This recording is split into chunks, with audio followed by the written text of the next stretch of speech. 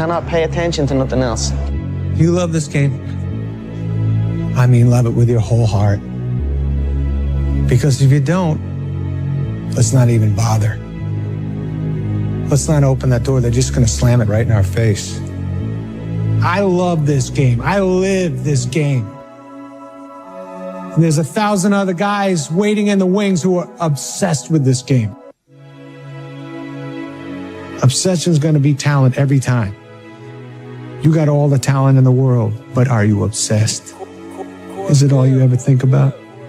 Let's face it, it's you against you out there. When you walk on that court, you have to think, I am the best guy out there. And my personal question to you is, why not you? Your biggest enemy is you. My whole book is about you battling yourself. People don't understand it's you against you. The only person that gets in your way is you. Nobody else. It's you. You cannot change your life unless you change something. If you always do what you always did, you'll always get what you always got. It's more socially acceptable to be our own biggest critic than it is to be our own biggest cheerleader. Listen to the pain. It's both history teacher and fortune teller. Pain teaches us who we are. Sometimes it's so bad, we feel like we're dying. But we can't really live till we die a little, can we? You've got the brains. You can make decisions. You can study the plan. You can change your life. You can grow immensely in the next few years. You can make your dreams come true. You can build a financial wall around your family nothing can get through. You can become healthy. You can become powerful. Why not you? The fear is never reaching your potential. That's it. That always falling short, always fears never reaching your potential. Always procrastinating, always falling short, always fears never reaching your potential. Always procrastinating, always falling short, always fears never reaching your potential. Always procrastinating, always falling short. Take yourself out your comfort zone. Do not live in your bubble. If you stay in your comfort zone, that's where you fail. The unfulfilled potential is the story of multiple lives. That's where you fail.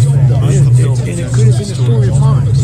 Now tell people go, what's your biggest fear? And it could have been a story of mine. Now tell and my biggest fear, honestly, was, let's say this. Let's say I don't care if you believe in God. I don't care. So this is play a game with me. Let's say you're God. Let's say I don't care. Yeah, we have a big. I don't care. So this is play a game. Let's say I made the heaven. 75 years old. I'm 300 pounds. I made the heaven. I worked this for Ecolab my entire life, spraying for cockroaches. That's what I did. I made the heaven. But I'm dead. And you are at your judging spot now. So we're in line, we're all sitting there, you have Adam Brown. So we're in line, here's a big board up, and you're talking to Adam Brown about his life. Adam Brown. So you rip it down, thing next to it, David God. Adam Brown about his life. I see my name, I see all this. God goes, hey, you say, read David God. And I'm reading my list, and I'm seeing, God goes, hey, you say 82 pounds. And I'm reading my list, and I'm seeing, God goes, hey, motivational speakers, changing lives. Okay, man, pull up record, change. I'm like, that's not me, man. Okay, and God looks at me and says, that's who you were supposed to be. That's not Gotta be a little bit gone to it. You're not all there. You gotta be almost insane to your craft. Not a lot of people can understand that. That when it feels scary to jump, Ian, not a lot of people can that is exactly when you jump. That when it feels scary to jump, otherwise you end up staying in the same place your whole life. Exactly when you jump, and that I can't do. Otherwise you end up always afraid to take the first step because all you see is every negative thing 10 miles down the road. You can do anything you want because you are bound by every negative thing. Do you love this game? I mean, love it with your whole heart. Because if you don't, I mean, let's not even bother. Let's not open that door. They're just going to slam it right in our face. I love this game. I live this game. Slam it right in our face. And there's 1,000 other guys waiting in the wings who are obsessed with this game. There's 1,000 other guys waiting in the wings. Obsession's going to be talent every time. You got all the talent in the world, but are you obsessed? Talent every time. Is it all you ever think about? You got all the talent in the world. Let's face it, it's you against you out there. Is it all you ever? When you walk on that court, let's face it, you have to think, I am the best guy out there. I'm gonna have setbacks, I know. You have to think, I am If I'm feeling bad, that doesn't mean I'm doing bad. That doesn't mean I am bad. That doesn't mean that I can't still take some action. I'm doing bad. Because nothing changes if nothing changes, man. Everything around you that you call life was made up by people that were no smarter than you. Around you that you call life, and you can change it, you can influence it, you can mold it. Then you had that third failure in a row. Did you think, I need to pack this in? Third failure in a row. Why not? Did you think, I need to pack this in? I always felt like I could do anything. Why not? Did you think? That's the main thing people are controlled by. Thoughts, their perception of themselves. They're slowed down by their perception of themselves. If you're taught you can't do anything, you won't do anything. They're slowed down by their perception of themselves. If you're taught you can't do anything, you won't do anything. Come close to the screen and listen. People don't have to like you. People don't have to love you. They don't even have to respect you. People don't have to love you. When you look in the mirror, you better love what you see. You better love what you see. Thank you to the critics. Thank you. Sometimes life can really hijack your mind. When that happens to you, you're all times up. Your goals, your ambitions, everything's out the window. In life, we all go through different things. Sometimes your girlfriend or boyfriend breaks up with you. Guess what? Get the goals. They no longer want you. Maybe you fail a test in school. You work. Guess what? You failed the new test. Get over it. Maybe pass the test. Learn to not let life hijack your brain. At worst, get over it. So that new promotion, you don't get it. Someone else does. Maybe they get better than you do. Guess what? Get over it. Life will hijack your mind. Let it. You don't allow all these things to make you a lesser person. You must own your mind. Don't let life own yours. It's time to stay focused. It's time to decide clubs. It's time partying. Trying to fit in and socialize. Rub elbows with everybody so people can stop calling you weird. Why are you so antisocial? Because I'm trying to get it. Why are you staying on the basketball court so much? Because I'm trying to get it. Why are you out there practicing in the hot sun when ain't nobody else out there? Because I'm trying to get it. Why are you not clubbing like every time I text you and invite you to go do something fun and cool, you always studying? Because I'm trying to get it. Why would you not go for it? Why would you not take a chance? At one point in time, you got to take a chance on you. Take a chance. To get something you never had, you have to do something you never did. To get something Les Brown, the motivational speaker, he made an analogy about this. He says, imagine you're on your deathbed, and standing around your deathbed are the ghosts representing your unfulfilled potential. The ghost of the ideas you never acted on. The ghost of the talents you didn't use. And they're standing around your bed, angry, disappointed, and upset. And they say, we came to you because you could have brought us to life, they say, and now we have to go to the grave together. So I ask you today, how many ghosts are going to be around your bed at the time? I asked the question, why not you? And now here's my last question. I asked my very last question. And now here's my last question. On the questions to ponder is why not now? My very last question. There never was a better time. On the questions to ponder. Take this dream and not let it die. Take this dream and give it life. Take this dream and breathe into it your own personal spirit. Give it life until finally it becomes a flame that burns around the whole world. Let's go do it now. Eventually, you are going to have to jump. You cannot just exist in this life. You have got to try to live. Just exist. If you are waking up thinking that there's got to be more to your life than it is, man, believe that it is. But to get to that life, you're going to have to jump. If you can see it here, and you have the courage enough to speak it, it will happen. You cannot change your life unless you change something. If you always do what you always did, you'll always get what you always got. Your biggest enemy is you. My whole book is about you battling yourself. Your biggest enemy is you. People don't understand is you against you. The only person that gets in your way is you. Nobody else. It's you. Everybody thinks they're a loser. Every young person thinks they're a loser. At least a young person in the situation I was at. Like, I didn't know I wasn't a loser until I started winning. Until I started doing martial arts. Like, martial arts taught me that, like, I could get better at stuff. That I wasn't really a loser. You will fail at some point in your life, except you will lose. You will embarrass yourself. You will suck at something. You can't wait for everything to be perfect to start living. You can't wait for everything. Because I bet that's what I've done. My whole life has been like that. Inside of me, it has been. As soon as it's all lined up, I'm going to show you myself. As soon as I've got it all looking the way I want, I'm going to show up for you. I'm never going to get to that where everything's okay. Where everything looks a certain way. And in the meantime, I'm burning the best time I do have available. I'm burning that candle up. I'm burning this candle down, and I'm saying as soon as it gets bright enough or warm enough in here, I'm going to show up. But the candle's getting smaller. It's more socially acceptable to be our own biggest critic than it is to be our own biggest cheerleader. 10 years before I heard him put into words, if you can be in a bad mood for no reason, you can be in a good mood for no reason. There's a quote that I've fallen in love with. The magic you are looking for is in the work you're avoiding. The magic you are looking for is in the work you're avoiding.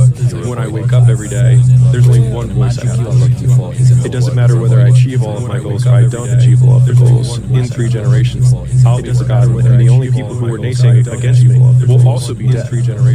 And so then it's like, and the only people who were naysaying just do it for me. When it feels scary to jump, and so then it's like, that is exactly when you jump. just do it for me. When it feels scary, otherwise you end up staying in the same place your whole life. Exactly when you jump, and that I can't do. You're always afraid to take the first step because all you see is every negative thing 10 miles down the road. You are bound by nothing because all you see. I'm going to have setbacks, I know. But if I'm feeling bad, that doesn't mean I'm doing bad. That doesn't mean I am bad. That doesn't mean that I can't still take some action. Because, yeah, nothing changes and nothing changes, man. When you had that third failure in a row, Yeah, nothing changes and nothing changes. did you think, I need to pack this third failure in a row? Yeah, nothing changes and nothing Why not? changes. Did you think, I don't ever I give need up. to pack this third failure? I mean, I'd have to be Why not? dead or really incapacitated. The fear is never reaching your potential. That's it. That always falling short, always quitting before you're done, always procrastinating, always not doing the right thing, and then one day you're an old man. Always you look back and go, God, I could have been great. And then one day you're an old man. Take yourself out your comfort zone. Do not live in your bubble. If you stay in your comfort zone, that's where you will fail. The unfulfilled potential is the story of most people's lives. It is. It is. And it could have been the story of mine. And I tell a lot of people go, what's your biggest fear in life? And it could have been the story of mine. And my biggest fear, honestly, was, let's say this. Let's say, I don't care if you believe in God. I don't care. So let's just play a game with me. Let's say you're God. And we have a big, long line of people. And I made it to heaven. 75 years old, I'm 300 pounds. I made it to heaven. I worked for Ecolab my entire life, spraying for cockroaches. That's what I did. But I'm dead. I'm in heaven. And you are, you're judging us all now. So we're in line. We're all sitting there in line. You have Adam Brown. So we're in line. Here's a big board up, and you're talking to Adam Brown about his life. Adam Brown. And you rip it down. I'm next to him, and you're David God. Adam Brown about his life. I see my name. I see all this. And God goes, hey. And you say, read David God. Now I'm reading this list, and I'm seeing God goes, hey. And you say 82 pounds. And I'm reading this list, and I'm seeing God goes, hey. Motivational speakers, changing lives. Okay, man, pull up record, all these speakers. And I'm like, that's not me, man. Okay, man. And God looks at me and says, that's who you were supposed to be. That's not me. To get something you never had, you have to do something you never did. To get something. Les Brown's a motivational speaker. He made an analogy about this. He says, imagine you're on your deathbed, and standing around your deathbed are the ghosts representing your unfulfilled potential. The ghosts ghost of the ideas you never acted on, the ghost of the talents you didn't use, and they're standing around your bed, angry, disappointed, and upset. They say, we came to you because you could have brought us to life, they say.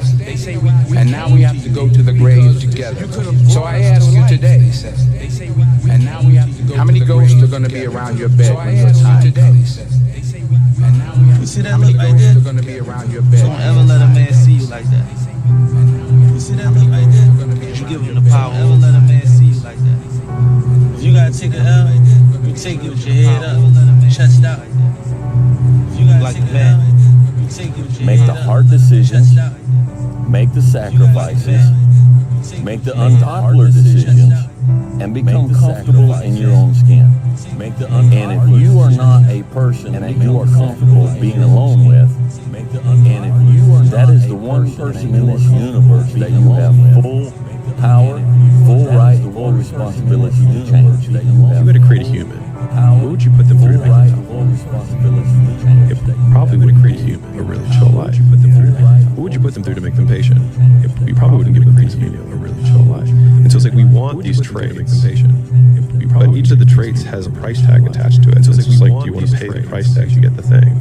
And so I think if people reframed the period of life that they're going through as the price that they're paying out of their wallet, but people reframe time as the seconds of life that they're trading for it, then I think more people would be willing to make the trade. Because at least when I look at myself, seconds of life, like when I'm 80-something years old and I'm looking back in my life, I want to have these traits. Because at least when in order to have these traits, I know I have to go through like when I'm 80-something years old. And I think for me, that's given me a lot of these traits. The comfort of these traits, I know I have to go through like when I'm 80-something years old. And I think love this game. I mean, love it with your whole heart. Because if you don't, I mean, it's not even a bother. Let's not open that door. They're just going to slam it right in our face. I love this game. I live. They're just going to slam it right in our face. And there's 1,000 other guys waiting in the wings who are obsessed with this game. And there's 1,000 other guys waiting in the wings. Obsession's going to be talent every time. You got all the talent in the world, but are you obsessed? Talent every time. Is it all you ever think about? You got all the talent in the world. Let's face it, it's you against you out there. Is it all you ever? When you walk on that court, let's face it, you have to think I am the best guy out there. Whatever you do, you've got to be a little bit gone to it. You're not all there. You've got to be almost insane to your craft. Not a lot of people can understand that. That's why I don't know about nothing else. I do not pay attention to nothing else. There was games of football on yesterday, there was rugby, there was this, there was that. I do not pay attention. And like normal society is like, let's talk about this, let's engage in this. And I just don't, I can't do it. I just don't, let's talk about this. People are talking to me and in my head I'm counting something. I'm counting up a number. Or I'm knee deep in a sequence on the map or on the feet. That's my life, sequences and numbers. Nothing else. I cannot pay attention to nothing else. That's my life, sequences and numbers. Nothing else. It's always falling short, always quitting before you're done, always procrastinating, always not doing the right thing. And then one day you're an old man. You look back, God, I could have been great. My personal question to you is why not you? You've got the brain. You can make decisions. You can study the plan. You can change your life. You can grow immensely in the next few years. You can make your dreams come true. You can build a financial wall around your family. Nothing can get through. You can become healthy. You can become powerful. Why not you? People don't see that. People will never understand that. Why not? To be success, all they think about, well, you batted 202, and struck out certain period of time. Yeah, okay. But the effort was there, struck out, and the learning time, and the passion, that has transcended not just to me, but to other people who are afraid to do things because they're worried about the perception that they come from other places. To me, that's more gratifying than anything else. So that's the things that my father and my mother instilled. They take a negative and turn it into a positive. So don't be afraid to fail.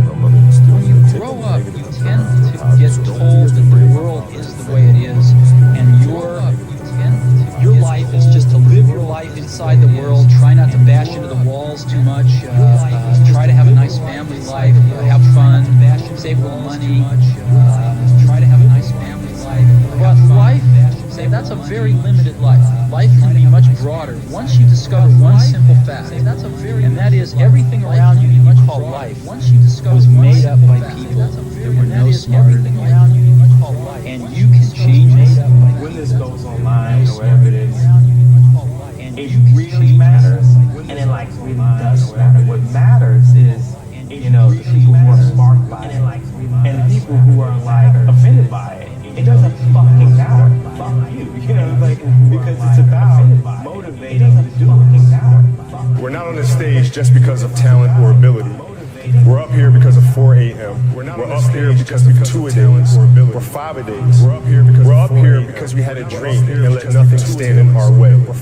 If anything tried to bring us down, we used it to make us strong. We were never satisfied, never finished, will never be retired. My high school English teacher, Mr. Fisk, he had this beautiful quote, and it read, "Rest at the end, not in the middle." And I took that to heart. I believe there's time for resting at the end, but for me, that time is not now. To have a dream, sacrifice for it, and never ever rest in the middle. Be the guy who embraces the ugly, the miserable. Be the guy who embraces hard work, the grind. Don't be afraid of being hurt. Don't be afraid of sacrificing some blood. You want to be great? Don't be afraid. You want to be the baddest motherfucker ever at what you do? You're going to be misunderstood by everybody because you're going to be so fucking obsessed and so driven to get there. That's what it takes. When people don't understand you anymore, you arrive.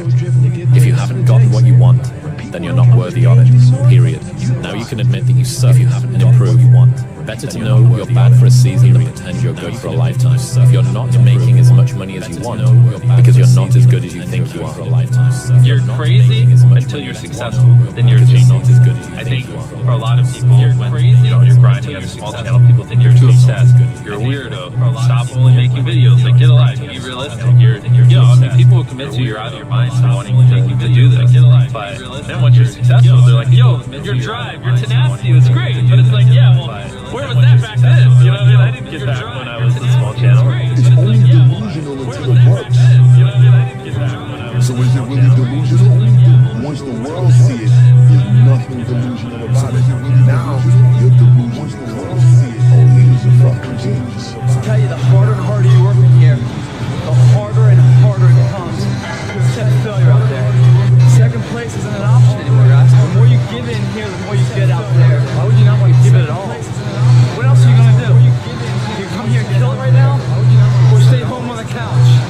You know, watching the LivePodcast fight. What else would you be doing right now? Taking the time off? Or taking the time to get ahead? If it doesn't seem so easy to you, it's because you don't believe in yourself. You believe in yourself. You want to be in here killing it. Because give you that much more of a chance because you believe you can solve that. Because they don't believe they can never get there. So therefore, why take the precautionary steps to sharpen and hone the arsenal to really go to battle? Because they don't even want to go to battle because they know they don't lose. Everything will be. Do you want a positive reinforcement or do you want a negative one? How do you want people to see you? A lot of times I'll be in tours at my run or something like that, and I'm all jacked up. Body's broken, mind's broken, spirit's broken. I start to say, what if I can pull this off? It's the what if I can pull off a fucking miracle. What if I can become someone that no one thinks I can be? And just me talking about that, I have the hair going up on my arm because it makes me just like talking. What if I have the hair going up on my arm? Because it makes me just like. Nobody can charge you for passion. Nobody can tell you what passion looks like because nobody can dictate. After it's 100% in the mind, no coach, no play, nobody else can make you 100%. Nobody else can make you finish a task. Nobody else can do it. That's why men is isolated. That's what wins championships. That's what wins battles. That's why tags like God can tackle it. And today get tired. Because you don't know what time it feels like. Let's face it, it's you against you out there. When you walk on that court, let's face it, you have to think, I am the best guy out there. But here's the fact, all of you have extraordinary capabilities, all of you. You have to decide if you're willing to do the things to put you in that category. Don't put on a show, freaking win the game. Don't put on a show, you win the game.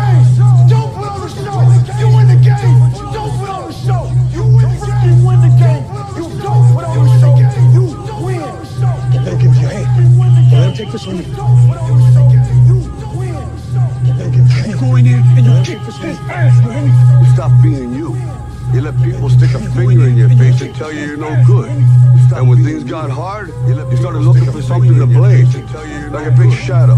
And when things got hard, you started looking for something to blame, like a big shadow. And when things got hard, what's the matter with you?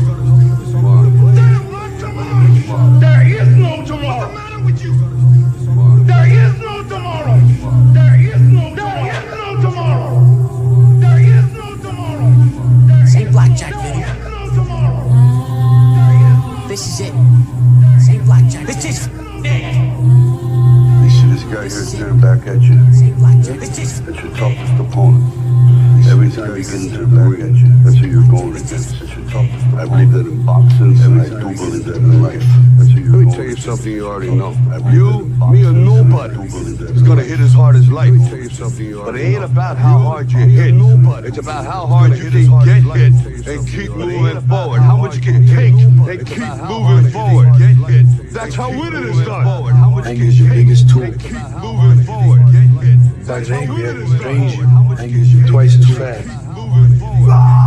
Dog's angry at you, drains you. Anger is twice as fast. Yeah, the guy in the ring is your enemy, but make his mistakes be his destruction. Now go out there and show me how you do things. Mistakes. Show me how you live. Now go out there and show me how you fight. Because I want to be great. Now go out there and show me how you fight. And you're not. I want to be great. I want to be one of the greats. And you're not. You love this game. I want to be one of the greats. You love it with your whole heart. You love this game. Because if you don't, I want to be one of the let's not even bother. Let's not open that door. They're just going to slam it right in our face. I love this game. I live this game. Slam it right in our face. There's 1,000 other guys waiting in the wings who are obsessed with this game. There's 1,000 other guys waiting in the wings. Obsession's going to be talent every time. You got all the talent in the world, but are you obsessed? Talent every time. Is it all you ever think about? You got all the talent in the world. I want you to understand the difference between a risk and a gamble. This, what we do here, this is calculated, okay? We weigh the odds, we make a choice. This, You see that man right there? this is calculated. Do you remember him? We weigh the odds, we make a choice. You gotta block out everything and be in the moment. Not the past, not the future. You gotta block out right now and be in the moment. We have control Not the of this. past, not the future. This You gotta belongs block to out you. right now and be in the moment. We have control. This is yours. Not You're the captain. You're the master. You're the foreman. You're the general. You're the head. Don't give control of this to nobody. You're the head. Don't let this man control you. Don't give Don't let him control you. You gotta get real dark. Now, like I was telling you before, if you want to be ordinary, you ain't even gotta listen to real dark. Just go on about your business. Like I was telling you before, if you want to be ordinary, you ain't even gotta listen. Hard times create hard men. Hard men create soft times. Soft times create soft men. Soft men create hard times. Soft times. If you don't fail, you're not even trying. My wife told me this great expression. To get something you never had, you have to do something you never did. To get something you never had, you have to do something you never did. Now, the only place to go from failure is to win. Now, the only place to go to achieve failure is you have to take it that far. Nobody wants to go that far. It's too scary. You know something? I got news for you. That's where winning is. It always has been. Nothing's changed. Damn right, come on! What's the matter with you? Nothing's changed. There is no tomorrow. What's the matter with you? There is no tomorrow. Les Brown's a motivational speaker. He made an analogy about this. He says, imagine you're on your deathbed, and standing around your deathbed are the ghosts representing your unfulfilled potential. The ghost of the ideas you never acted on. The ghost of the talents you didn't use. And they're standing around your bed, angry, disappointed, and upset. And they say, we came to you because you could have brought us to life, they say. And now we have to go to the grave together. So I ask you today, they say. And now we have to go. How many ghosts are going to be around your bed when your time comes? I'm the best ever. I'm the most brutal and vicious and most ruthless champion there's ever been. There's no one can stop me. Lynx the conqueror. No, I'm Alexander. He's no Alexander. I'm the best ever. There's never been anybody ruthless. I'm Sonny Liston. I'm Jack Dempsey. There's no one like me. I'm from Nairclaw. is impetuous, my defense is impregnable, and I'm just ferocious. I want your heart, I want to eat your children. Praise be to Allah. You have to learn how to fail. A lot of us have big dreams, big goals. And when you have goals that are maybe outside your reach, you have to know that getting to that goal, you're going to have a lot of bad days.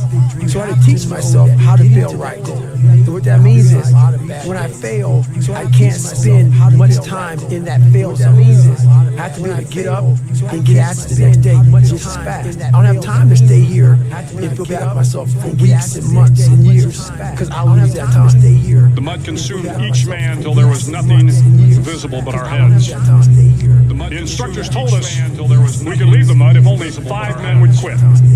Only 5 men, just 5 men, and we could get out of the oppressive cold. Looking around the mud flat, it was apparent that some students were about to give up. It was still over 8 hours till the sun came up. 8 more hours of bone-chilling cold. The chattering teeth and shivering moans of the trainees were so loud, it was hard to hear anything. And then one voice began to echo through the night. One voice raised in song. One voice became 2. And 2 became 3, and before long, everyone in the class was singing. The instructors threatened us with more time in the mud if we kept up singing, but the singing persisted. And somehow the mud seemed a little warmer, and the wind a little tamer, and the dawn not so far away. If I have learned anything in my time traveling the world, it is the power of hope. The power of one person. It is the power of no results, but I'm a little bit better. Work. No results, but I'm a little bit better. Work. No results, I'm a little bit better. Work. Boom. I just got paid. And it looks like overnight success. It's like, oh, it happened in here. No, bro. Just got paid. It doesn't. It's like overnight success. It sucks. It's painful. It's fucking mind-numbing. It sucks. Because this is what it takes. Creating another voice, and sometimes going at it alone. Because it's all the time takes. Because no one's gonna believe it. And sometimes going at it alone. I love this game. I live this game. That's that. There's 1,000 other guys waiting in the wings who are obsessed with this game. There's 1,000 other guys waiting in the wings. Obsession's gonna be talent every time. You got all the talent in the world, but are you obsessed? When you walk on that court, you have to think, I am the best guy out there. The hardest thing in life is figuring out who you are and what you want to do for the rest of your life. And once you figure that out, you wake up every day and you work toward it. It's impossible for you to fail if you know who you are, what you want to do, and you wake up every day and work toward it. When I seen that Bentley at the boxing gym, and I seen that diamond Rolex, I said, I want that. When I seen that Bentley at the boxing, and I knew what it took. And I seen that diamond Rolex, so I know when my opponent is asleep, I'm out there at 4 or 5 in the morning, chopping trees, working. To this day, 4 or 5 in the morning, because I can retire today. I'm well off, very comfortable. But I got the will to win. Take yourself out your comfort zone. Do not live in your bubble. Put some more air in your bubble. If you stay in your comfort zone, that's where you will fail. You will fail in your comfort zone. Success is not a comfortable procedure. What if we have that kind of attitude? The car's repossessed. Nobody believes in you. You've lost again and again and again. The lights are cut off. But you're still looking at your dream, reviewing it every day and saying to yourself, it's not over until I win. The heaviest things in life aren't iron and gold, but unmade decisions. The reason you are stressed is that you have decisions to make, and you're not making the decisions. Embrace the process, and then by the time you get up in years, you can be a man that you're proud of. And then by the time you get up, okay? In years. So this is just an encouragement to just, okay? Chill out. This is just an encouragement. Just chill out. Embrace the process. You say, Dwayne, what process? Lie. Just chill out. Embrace the process. Be the guy who embraces the ugly, the miserable. Be the guy who embraces hard work, the grind. Don't be afraid of being hurt. Don't be afraid of sacrificing some blood. You cannot change your life unless you change something. cannot change. If you always do what you always did, you'll always get what you always got. If you always do what you always did, you'll always get what you And you always can't got. do. You can do anything that you want.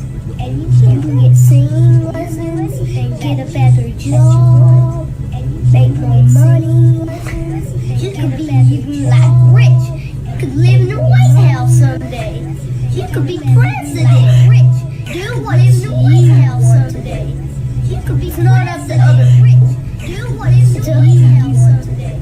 You're always afraid to take the first step because all you see is every negative thing 10 miles down the road. But you can do anything you want. You are bound by nothing. Negative thing. What are you passionate about? Some of y'all don't want it, that's why you ain't got it. Excuses sound best to the person that's making them up. There's pretty much nothing that you can say that you went through that I haven't went through, and I'm still here. That you can say that you stop feeling sorry for yourself. Get off the pity potty. Wake your ass up. Awaken the beast inside. Get in shape. Get off the pity potty. Beast inside. What one great thing would you dare to dream if you knew you could not fail? You knew beyond a shadow of a doubt that you could not fail. What one thing would you set as a goal for yourself? You knew if you only had 6 months to live, what would you start doing? What would you do more of? Who would you spend time with?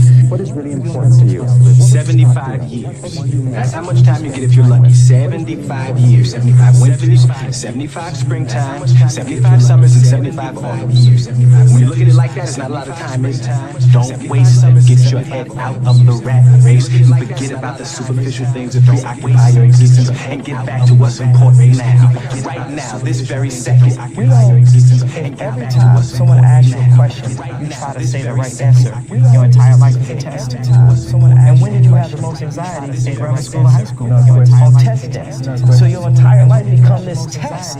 I ain't trying to say the right answer. I am just doing what I feel. My mama said trying is failing. To say the right. There is no ifs, just woulds, coulds, shoulds. It just is, and we just are. I would say ask her out. No matter who she is, whether she's a job or a new city, an opportunity or a fear or an actual person, whatever she is, man, ask her out.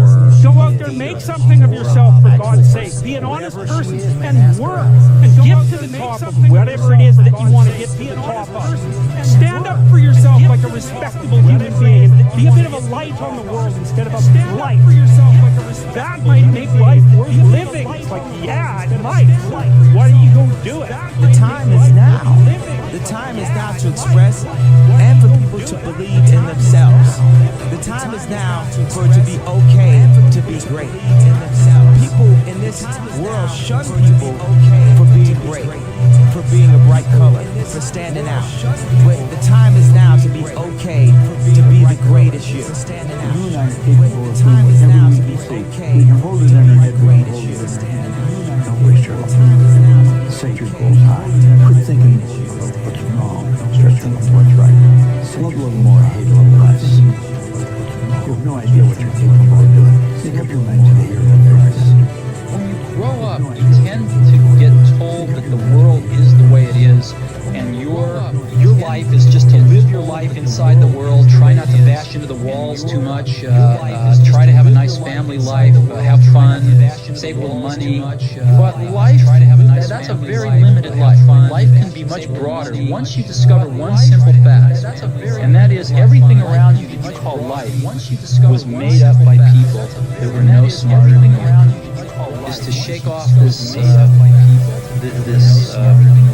erroneous notion that life is there and you're just going to live versus embrace it, change it, improve it, make your mark on it. What do you really want from your life? If you had no limitations, if you had all the money and all the time and all the talents and all the abilities, if you could do or be or have anything, what would you really want in your life? Yeah, there comes a day, man. Everyone's gonna have this day. There comes a day where being average, being mediocre, is just sickening to you. It's just sickening. It makes you want to throw up. Because you've seen people with far less talent than you. As you're growing up with them, they're chocolate buds or whatever else. They didn't have what you had. Yet now they're fucking to become something that you haven't. There comes that day. It's either when you're young, you know, and it strikes you on the baseball field because you're sick of striking out, or it's when you get fired from your fifth job, you know, and your kid's going your ass because you don't have support anymore. There comes a fucking day where push comes to shove. Where being mediocre, being like average and shit just fucking burns and sucks so much. You can't deal with it one more day. And you get off your fucking ass and you create something that's always been there. It's always been inside of you trying to come out. But you've never wanted to unwrap it because it's too much fucking pain and commitment. You were scared you were going to fail.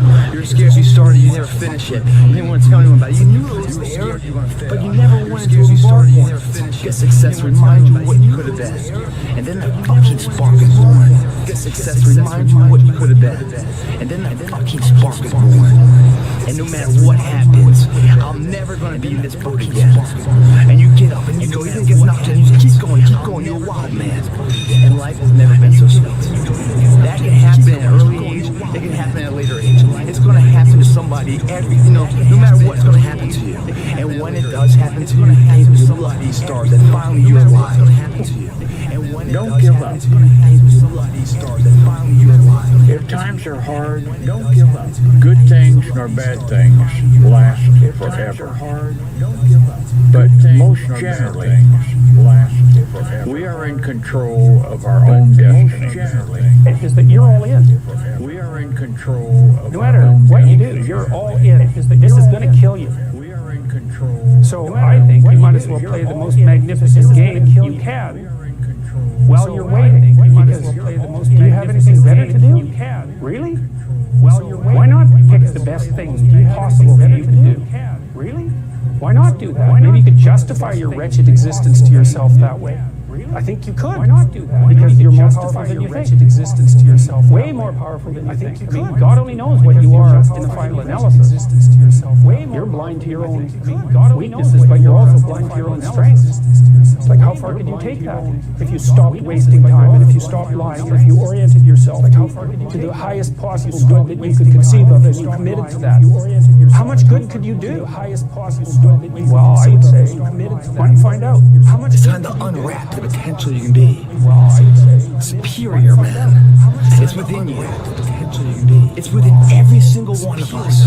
And the people that have risen to that level were no different than any one of us. And the people, it's just they believed it and they were willing to work their fucking ass off to get it. It's just they believed it and they were willing to. It wasn't about the potential. It wasn't about the genetics. It was about the perseverance. And it was about being the hardest fucking worker in the room. That's what got him there. And it didn't happen overnight. They got knocked down more than they ever stood up. That's what got him there. But they kept going and kept going and kept going and kept going. Because what else is the alternative? To be average again. That sucks, man. I had a difficult childhood, but there's no excuse for people not being able to do what they want to do. You can do anything that you want to do. What do you really want from your life? If you had no limitations, if you had all the money in it, all the time, and all the talents and all the abilities, if you could do or be or have anything, what would you really want in your life? Talents and all the abilities, if you could do. I'm gonna have setbacks, I know. What would you really want in your life? Talents and all. But if I'm feeling bad, that doesn't mean I'm doing bad. That doesn't mean I am bad. That doesn't mean that I can't still take some action. I'm doing bad. That doesn't mean I am bad. That doesn't mean because nothing changes and nothing changes, man. You're the backbone of this country. You're the backbone of the world. I don't care if you're in Asia, Africa, Korea, Japan. I don't care where you are, the United States. You are the leaders, the future leaders of this world. Happen in life, folks. You cannot change your life unless you change something. You cannot change. If you always do what you always did, you'll always get what you always got. If you always do the unfulfilled potential is the story of most people's lives. It is. It is. And it could have been the story of mine. And I tell a lot of people go, what's your biggest fear in life? And it could have been the story of mine. And my biggest fear, honestly, was, let's say this. Let's say, I don't care if you believe in God or not. I don't care. So let's just play a game with me. Let's say you're God. And we have a big fucking long long line of people. And I made the head 75 years old, 300 pounds. I made the head. I worked for Ecolab my entire life, spraying for cockroaches. That's what I did. But I'm dead. I'm in head for Ecolab. And you are you're judging us all now. So we're in line. We're all sitting there in line. You have Adam Brown. So we're in line. He has a big board up, and you're talking to Adam Brown about his life. Adam Brown. And you rip it down. I'm next in line. And you're David God. Adam Brown about his life. I see my name. I see all this shit. And God goes, hey. You say, read this, man. Now I'm reading this list, and I'm seeing shit. God goes, hey. You say 82 pounds, Navy SEAL, Ranger School, 100 motivational speakers, changing lives, Ranger School. Okay, man, pull up record, all this shit. And I'm like, that's not me, man. Okay, man. And God looks at me and says, that's who you were supposed to be. I'm always waiting for everything to be perfect before I live my life. I'm always waiting for everything to be perfect before I live. I'm always waiting for everything to be perfect before I live my life. I'm always waiting for everything to be perfect. As soon as these things line up, I live my life. I'm always waiting for I'm gonna live my life. As soon as these things line up, I live my life. I'm always waiting for I'm gonna live my life. Man, I'm so guilty of that. It's not all gonna, I'm never gonna get to that where everything's okay.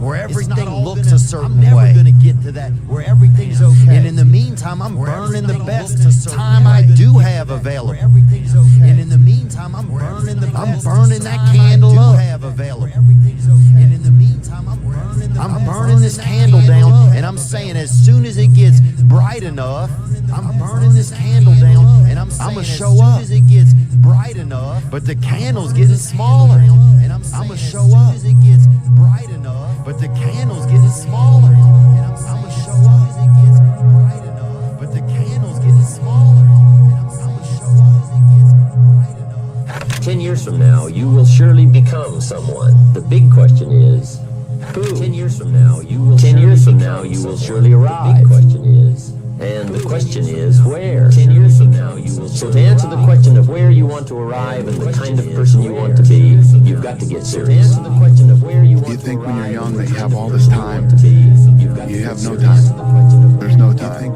I mean, one of the quotes on the wall in the gym in there is no tomorrow. I mean, from Rocky 3, you know, there is no tomorrow. Fuck that shit. Let's get all this shit done today. You know, someday ain't the day of the week. That shit.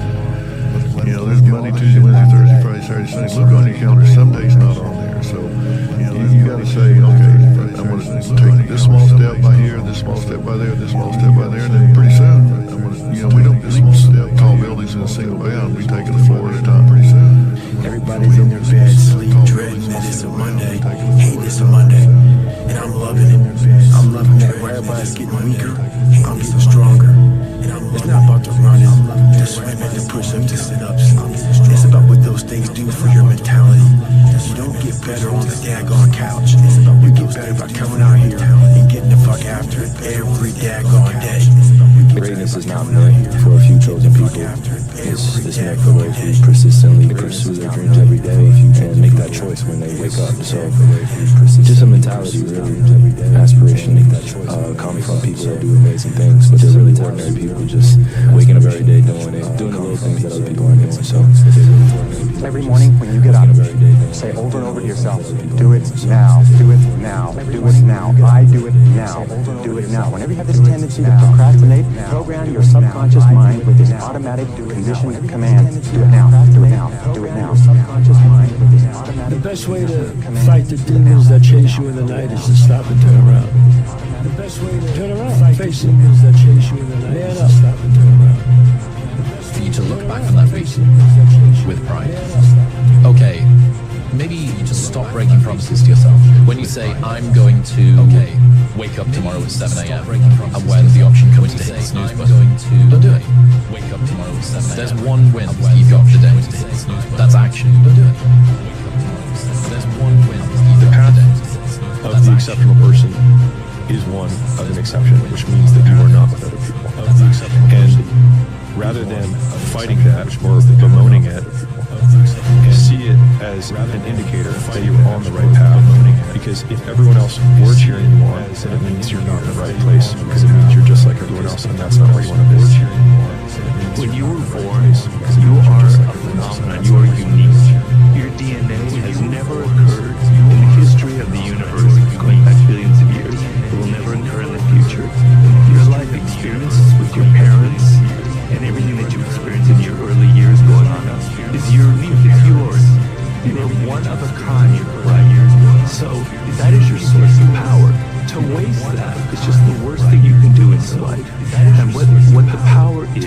is finding that uniqueness, what makes you you, and how you can mine that, how you can go deep into it and use that to create a career path. So just go and do it, try, learn from it. You'll fail at some things. That's a learning experience you need so that you can learn, take that on to the next experience. And don't let people who you may respect and who you believe know what they're talking about, don't let them tell you it can't be done. Because often they will tell you it can't be done. And it's just because they don't have the courage to try it. What if I told you this was the last Monday morning of your life? What if I told you you died this week? Would you complain about your crap job or that test you don't want to take? I doubt it. You would go much higher level thinking. If you're not pumped right now, if you're begrudging what you're about to do, if you're not looking forward to it, look, we're living in a world where there's so much more opportunity. Please, take a step back and think about how awesome it actually is. Recognize that you can attack the world in a totally different way because you were lucky enough to be born during this era. I'm gonna have setbacks, I know. To be born during this. But if I'm feeling bad, that doesn't mean I'm doing bad. That doesn't mean I am bad. That doesn't mean that I can't still take some action. I'm doing bad. That doesn't mean I am bad. That doesn't mean because nothing changes and nothing changes, man. There'll be times where you succeed and times that you fail. Nothing changes and nothing changes, So man. wasting your time doubting whether you're going to be successful or not is pointless. So it is. You just put one foot in front of the other. You control what you can't control. And then you see what the outcome is. Right? If you win, great. You're going to have to wake up the next day and do the journey over again. If you lose, it sucks. But you're going to have to wake up the next day and do the journey all over again anyway. Right? So it's really pointless to sit here and debate or have doubts or this, that, and the other. You train as hard as you can. You step out there and you let it go. It's time to stay focused. It's time to decide, fuck clubs, fuck partying, fuck trying to fit in and socialize, rub elbows with everybody so people can stop calling you weird. Why are you so antisocial? Because I'm trying to get it. Why are you staying on the basketball court so much? Because I'm trying to get it. Why are you out there practicing in the hot sun when ain't nobody else out there? Because I'm trying to get it. Why are you not clubbing like every time I text you and invite you to go do something fun and cool, you always studying? Because I'm trying to get it. Let me tell you something, homie. These women ain't going nowhere. Because I'm trying to get it. These clubs, these parties, all this shit ain't going nowhere. The more weird you are, all this shit ain't going. Is a reflection of how committed you are to focusing on your shit, molding and shaping and developing your ideas and your craft so that when it's time for you to make your rounds, you gon' fly. Stop running around here trying to live up to the hype, homie. And now you guys are sitting there, and to make that first step towards greatness is the hardest step. But there is one thing harder than that, my friends. It's later in life. As you look back on your life, the windows of opportunity has closed. Your ability is no longer present. And you think back that you could have been great.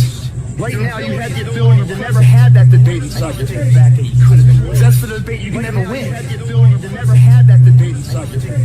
I don't know what dream you have, but I can guarantee you that there's somebody in the hospital right now praying, begging God to have the opportunity that you have right now.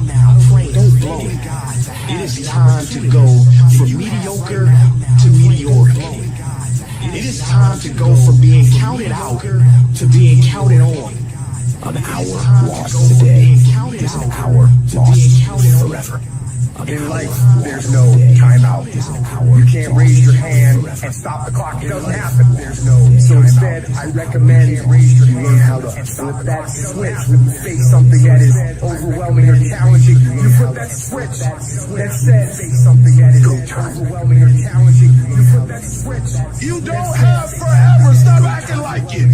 That's the way life is. You don't have enough time. You gotta make time. God told me to tell you, don't play no more. You don't need to play. I gave you life, expression. You the one playing with it. You the one taking it for granted. You getting up late. You got an attitude. You don't feel it. I gave you breath. Use it. Get there early, man. You got all this stuff you want to do, and you never say you got enough time. Get there early. No one's there. No one's doing anything in the morning. You want to do, and you never say. You say you are morally obligated to do remarkable things. Why? Well, I think partly because life is so difficult and challenging that unless you give it everything you have, the chances are very high that it will embitter you, and then you'll be a force for darkness and not good. And so, the fact that life is short and can be brutal can terrify you into hiding and avoiding. You can flip that on its head and understand that since you're all in anyways, you might as well take the risks that are adventurous. There isn't anything more adventurous than the truth. So why is that a moral obligation? Well, if you hide and you don't let what's inside of you out, and you don't bring into the world what you could bring, and you become cynical and bitter, you will start doing very dark things. Not only will you not add to the world what you could add, but you'll start being jealous of people who are competent and doing well and work to destroy them.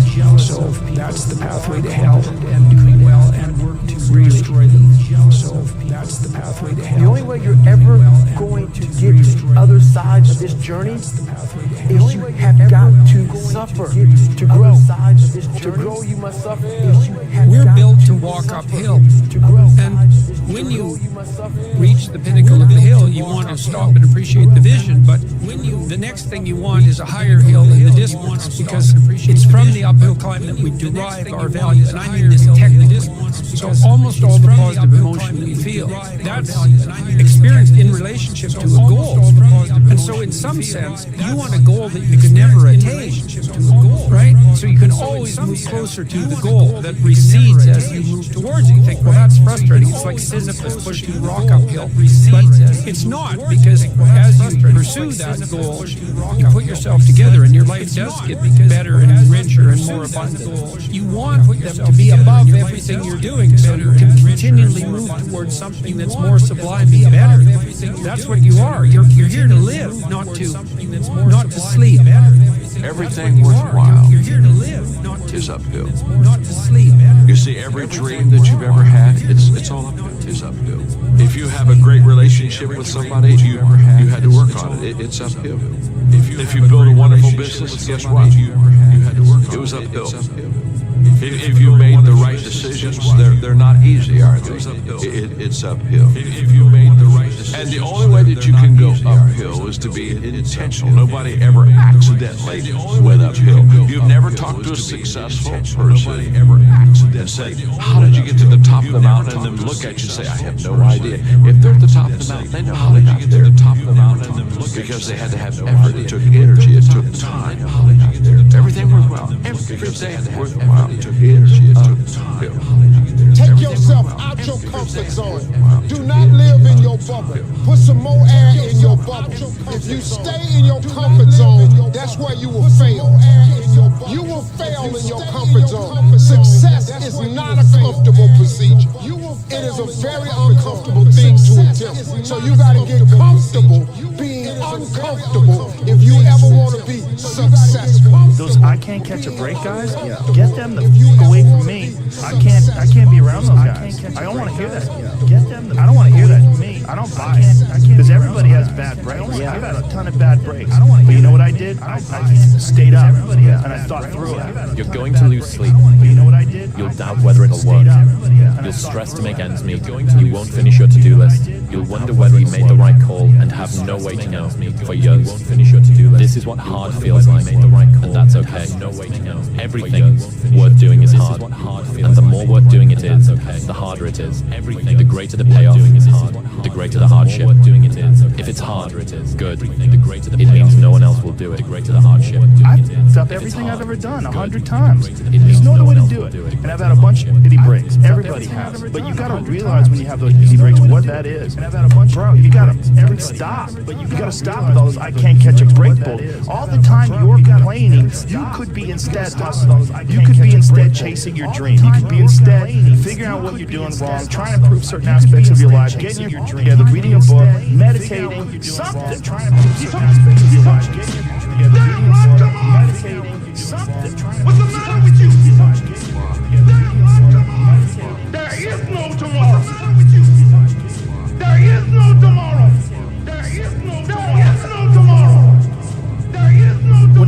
people get wrong about motivation? They think it's a permanent fix. What do you think most people They think get it's wrong about something motivation? that is a constant. They think it's a permanent fix. They think that maybe once I get it, I'm gonna hold on to it, a constant. And that's the thing about that I was talking about. It's nothing is permanent. And that's nothing is permanent. And a lot of times you have to learn to perform without motivation. Nothing is permanent. You have to learn to perform without purpose. You have to learn to perform a lot of different things. And that's what people think. They think I need to have this motivation to work out, to study, to be better. So if they don't have it, they just don't work out. And that's where you fail.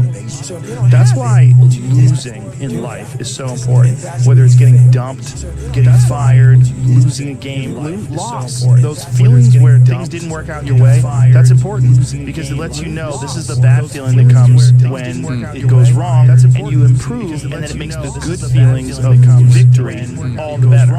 You have to suffer. You have to make that a tattoo on your brain.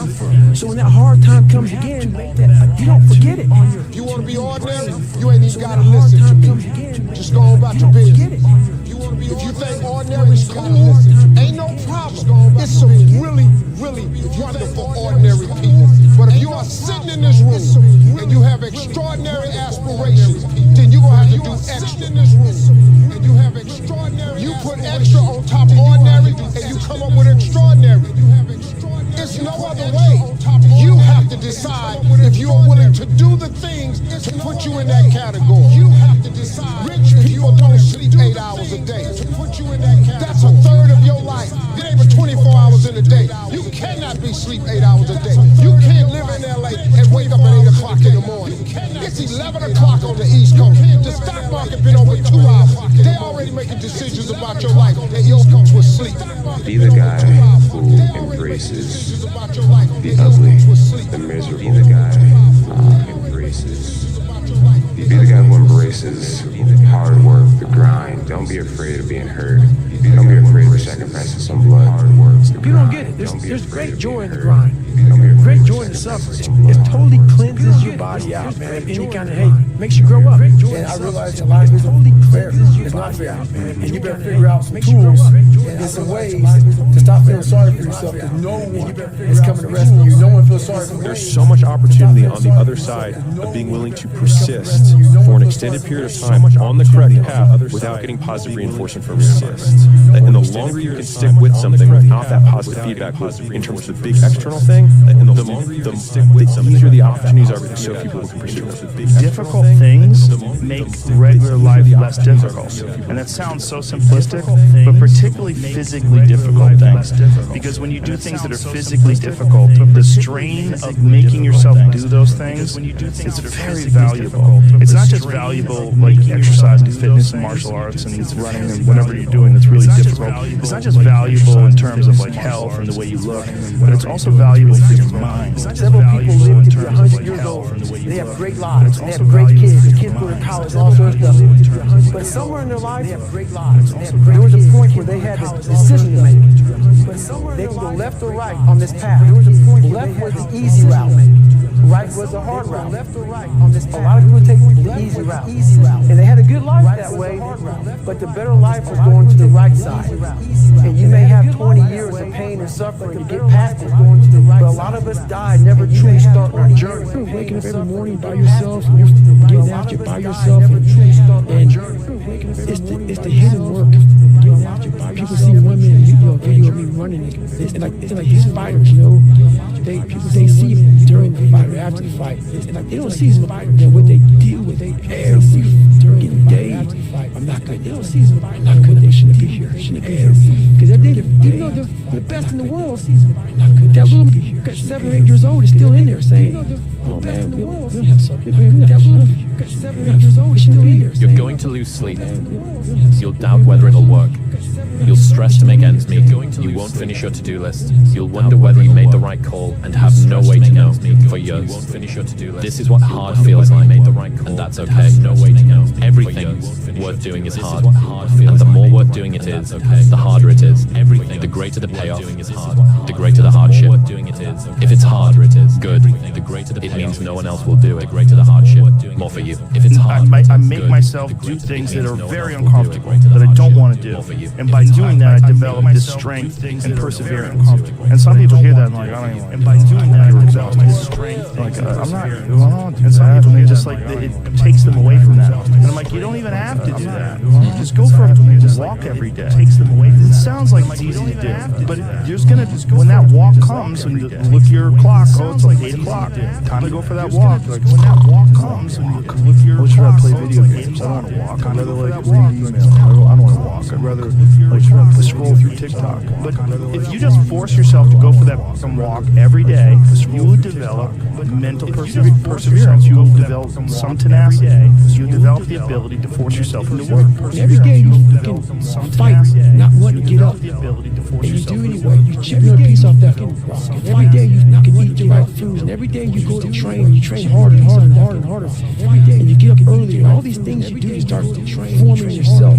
You're chipping another day. And you get up and piece that rock up. Before you know it, you get this beautiful piece of artwork that you built. In everybody's journey, where they are so different because they've started to do new things, that they no longer fit in with their old set of friends. They are so different, but they're not sufficiently developed that they've gained their new set of friends, and they're unsure, but they're not sufficient. Should I go back? Should I lean back into getting a bag in with the boys on a weekend? Is that the highest, way that I can live my life passion forward? That's what everybody else does. And all of my friends are taking the piss. Oh, not drinking again. Too good for us, are we? Not going out again this week. Oh, okay. Well, like enjoy staying at home and reading. You're nerd. Not going out again this week. So you're going to feel the pain of being ostracized from the group of friends that you used to have.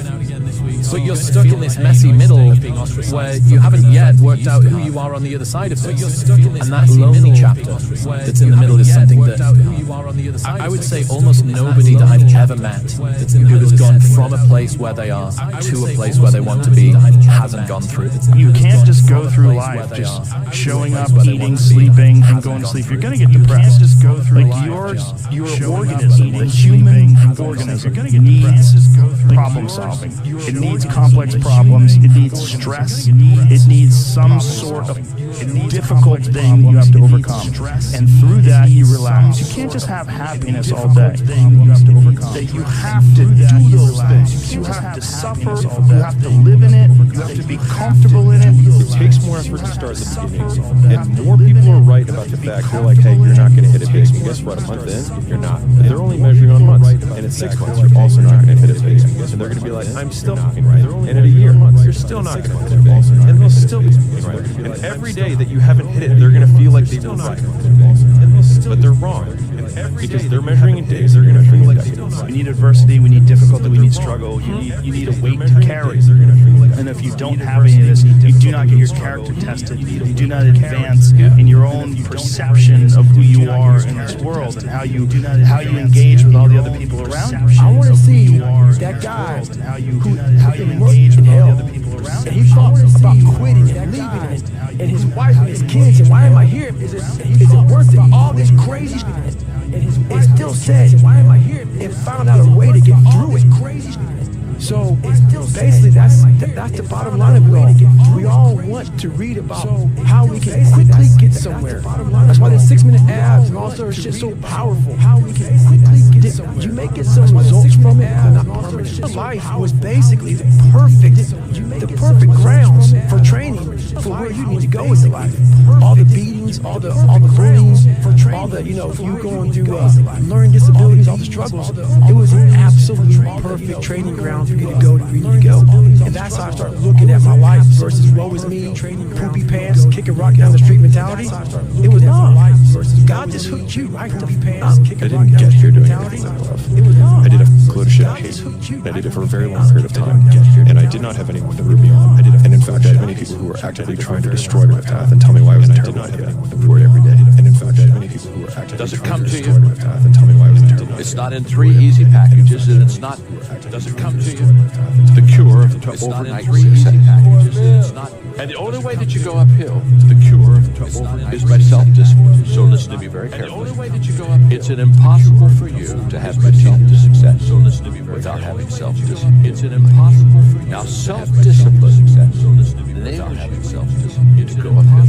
Now self-discipline. You can't go uphill without self-discipline. Nobody will carry you uphill. Nobody can coach you uphill. Nobody will push you uphill. If you go uphill, you got to do it yourself. You need discipline. If you go You uphill, need personal you got to do it yourself. There's times when you don't feel like doing something. It needs to be done. But you got to say, feelings has nothing to do with it. It needs to be done. This is my dream. You got to say, this is what I'm going to do. And I'm going to do the things that I don't feel like doing. This is what I'm going to do the things I don't want to do. I'm going to do the things that I don't feel like that don't come easy to me, that do not come natural to me. I'm going to get up and do it. That don't come easy to me. You can't live your life on feelings. You're going to have feelings, okay? But you cannot let your feelings dictate what you are or are not. Okay, well, you cannot let your feelings today dictate what you are. You got to have personal discipline. We talked about this before. Sometimes 4 years of college and a degree is part of your path to get where you're going. If for no other reason to teach you disagree, I have to study. I have to do finals. If for no other reason, I can't go to that party. I can't go there. I can't do that because I'm having a hard time in chemistry. It doesn't come easy, so I've got to discipline myself, and I have to sit down and I have to spend this evening studying myself, and I have to sit down so I can pass that test tomorrow while all my friends are out partying having fun. So you've got to have some personal discipline. Sometimes the only thing that keeps people in life from succeeding is just a lack of discipline. And people, they go the route of motivation, a lack of discipline. You cannot, they set yourself up to depend on being motivated. Because motivation is what's motivation? Motivation is the feeling. That's somebody pumping up your feelings to get you encouraged to do what you should do. Well, what happens when you don't have the motivation to do what you just have personal discipline? When it comes down to it, success has nothing to do with potential.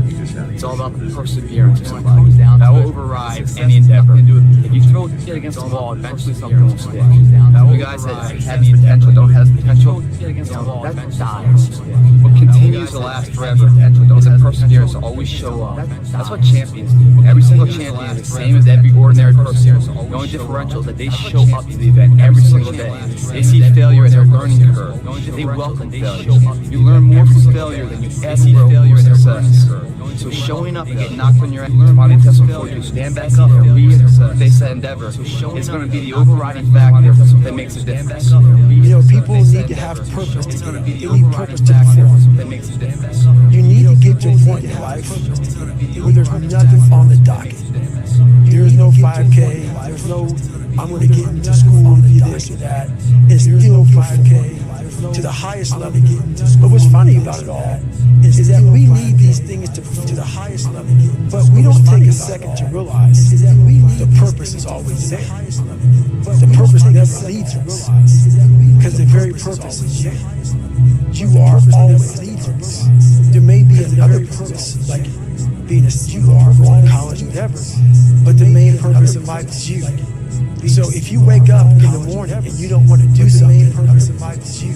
You don't care enough about yourself in the morning, and that's what you need to really research is, you don't care enough about yourself. Why am I not doing this for myself? Because that is the number one purpose in life. Why am I not doing this is to better oneself. That is the number one purpose. That's the only purpose I need.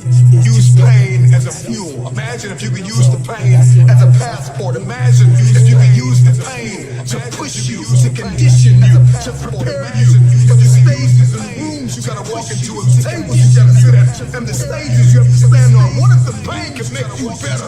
What if the pain could build muscle? What if the pain could cause you to reach higher, to leap farther, to run faster? What if the pain could help you to leap? What if all pain isn't hurt, but it's help? And when you reach the pinnacle of the hill, you want to stop and appreciate the vision. But the next thing you want is a higher hill in the distance, because it's from the uphill climb that we derive our value. And I mean this technically. So almost all the positive emotion we feel, that's experienced in relationship to a goal. And so in some sense, you want a goal that you can never attain, right? So you can always move closer to the goal that recedes as you move towards it. You think, well, that's frustrating. It's like Sisyphus pushing the rock uphill. But it's not, because as you pursue that goal, you put yourself together and your life does get better and richer and more abundant. We're running from the truth, man. So the only way I became successful was going towards the truth. As painful and as brutal as it is, it changed the truth. It allowed me to become, in my own right, it changed who I am today.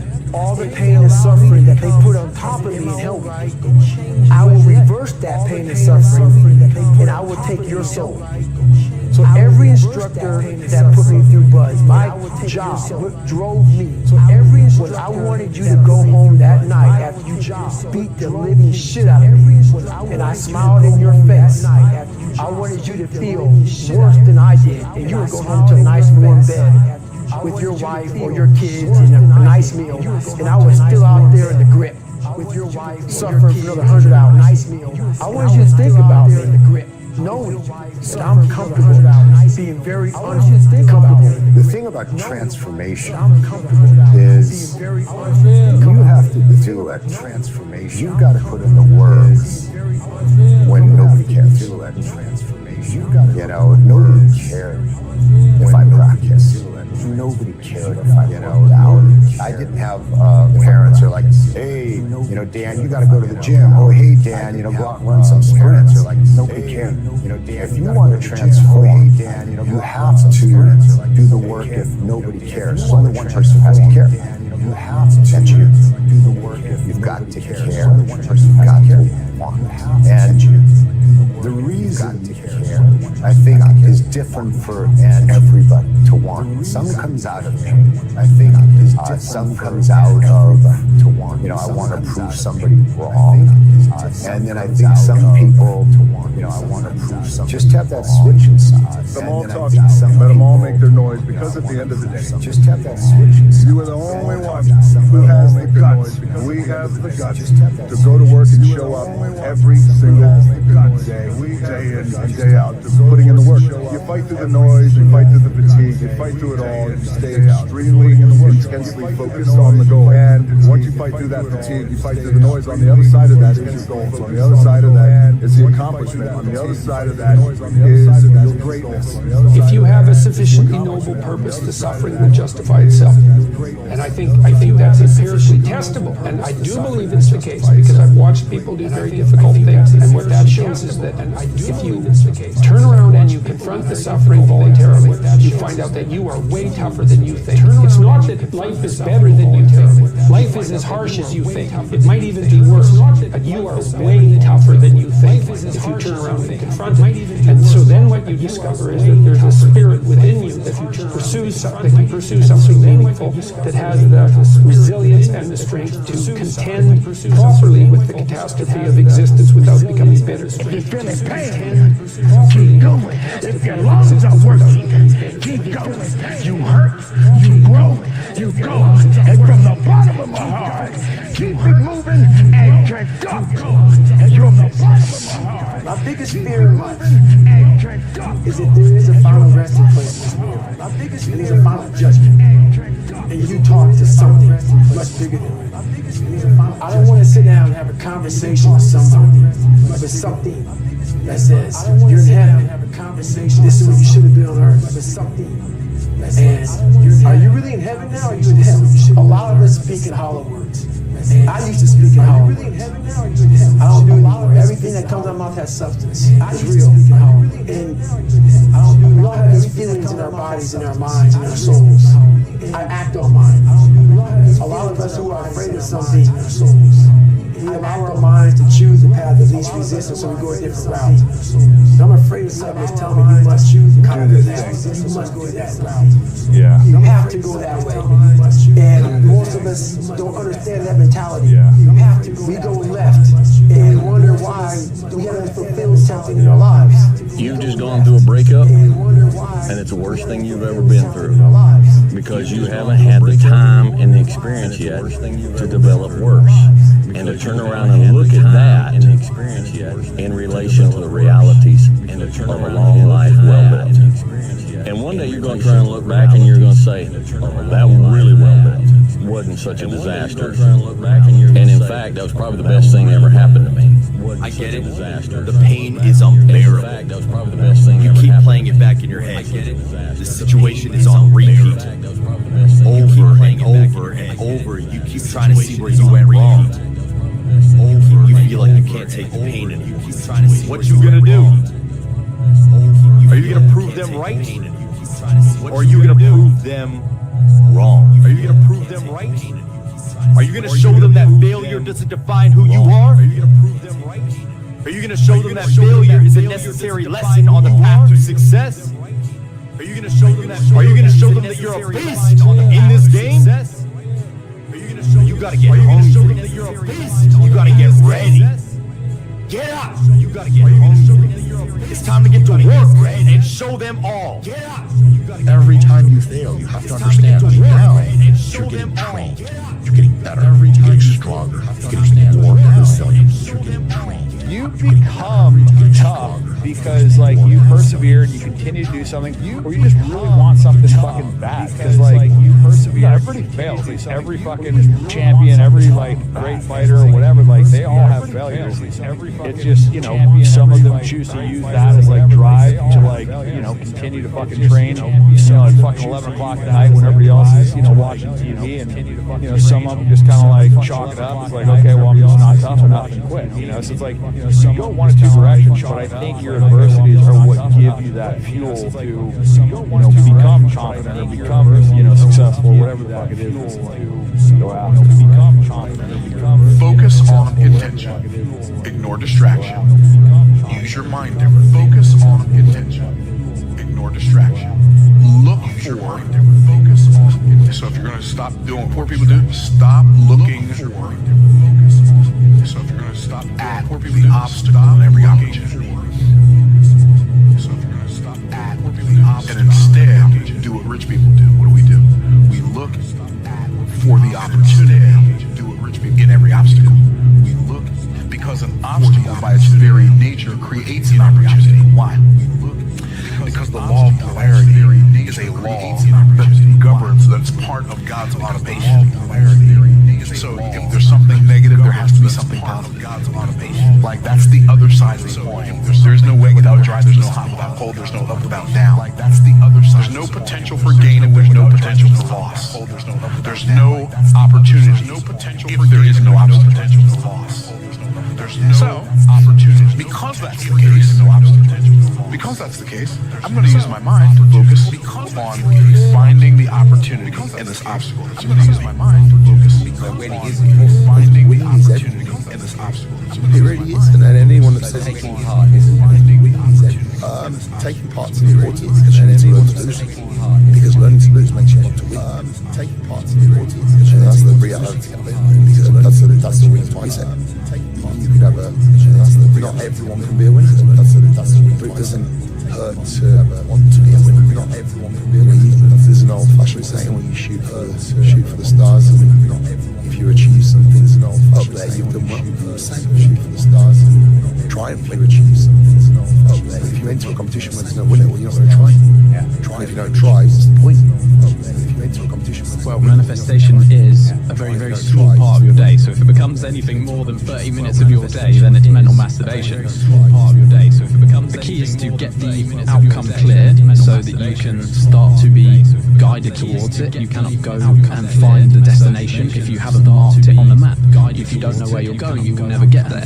So first, you must have a very clear vision of where you want to go, and every day you must think about that vision, and that is it, and that must be followed by tremendous action to go and get those those things. So if it's any more than 30 minutes a day manifestation or any of that other stuff, you're overdoing it. So if it's any more than 30 minutes a day, you spend your 30 minutes, you write down your goals, you look at them every day, you envision that life, you breathe it into your head, and then you go and you do as much as you can for that day to get towards that vision, then you clock off and you do it all again, and you go and you do everybody knows you can for that day just kind of that vision, what they want and do it all again, and you go called to do. So it's just going to be what they want. Like a fantasy's habits in his character. And if you're embarrassed of any of your daily habits, get the fuck rid of them. Regrets your character. If you regret anything you did today, don't do it tomorrow, and so on and so forth. If you overate last night, regret it today, don't do it today. If you drank tomorrow, regret it, it's got to go. Regrets your guideline. Whatever you regret has to go. If you really want to stop dabbling, you know, it's somebody who said they want to lose weight, but when no one's watching, if they're eating the wrong food, or someone says they want to start a business when no one's watching, they're binging out on Netflix. You know, if you're that person, and I'm not knocking you, if that's who you are, enjoy it, live it. Don't say you want it. Don't talk out of two sides of your mouth. Like, either go all in, burn your boats and do it, or just accept the life that you have. Like, I hate to be real, but you can't lose weight and not work out and eat bad. Like, it just doesn't, or you can't make more money, have Ed's life or someone else's life that you see. You can't have that without putting the work in. So if you're going to put the work in, you have to have the mindset to be committed and dedicated to it, right? We have to be disciplined. So if you're going to put the work in, you don't have to win all your fights, but you do have to fight all your fights. What a huge lesson in life, right? Because that tells you that some days you're going to win and some days you're going to lose. I'm not saying losing is a great thing you should aspire to, but you're going to lose sometimes. And you're not going to win all your fights. But when you lose, get up. But you're going to lose sometimes. And you're not going to win all your fights. But when you lose, get up.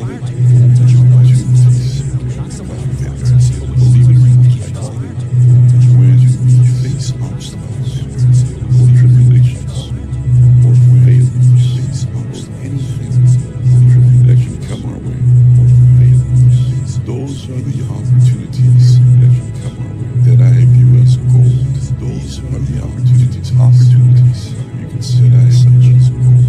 Those are the opportunities. You can set as such that will really bring to the surface those areas in your life that have the power to drag you down. The letter K in my book is kryptonite. Has the power. We've heard about Superman. The letter K and how he can fly and how he can. We've heard about Superman. The letter K say how eyes, the lasers, and so on and so on. And we all think about Superman. How eyes, the lasers, one, so on and so on. And we all think about Superman. So we all have one kryptonite. And it comes in different shapes and forms. The quicker we learn to identify what that kryptonite is in our lives, the quicker we identify what that kryptonite is, and the less harm it will have upon us. Most of you guys aren't losers because you happen to be losers. You're a loser because you chose to, because your decisions have happened to be. You choose your decisions as carefully. You can choose the decision of a winner and a loser. And most of you guys are choosing to make decisions that the 99% of loser. And most peasant guys are choosing to make decisions, peasant decisions. And if you make the peasant decisions, you're going to have the same outcome as peasants. So most people don't want to take accountability for their life, right? They look at their life and they say, oh, well, I'm just a byproduct of some other man's decision or some system, right? Government, look at their life. But when you understand that all these things are man-made constructs, you can bypass them. It's very simple. Thomas sort of said 50% of the people don't care about your problem. The other 50% glad you got it. So in other words, nobody cares about you but you. Nobody can make you successful but nobody cares about you but you. If you don't believe in you, why should I?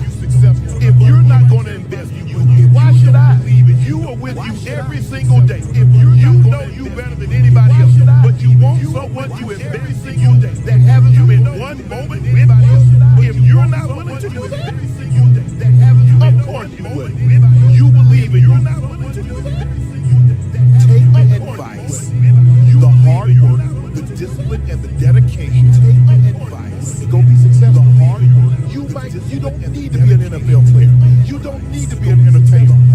You can be successful in your own right. You don't need to be an entertainer. You can. I believe I was going to go be an NFL player, and I set that course of action. Now, do you believe that you can go be the best salesman that you possibly can do?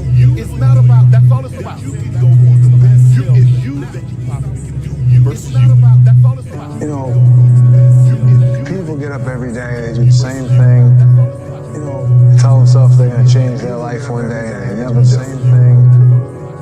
I'm going to change their life. What would you do if you weren't afraid?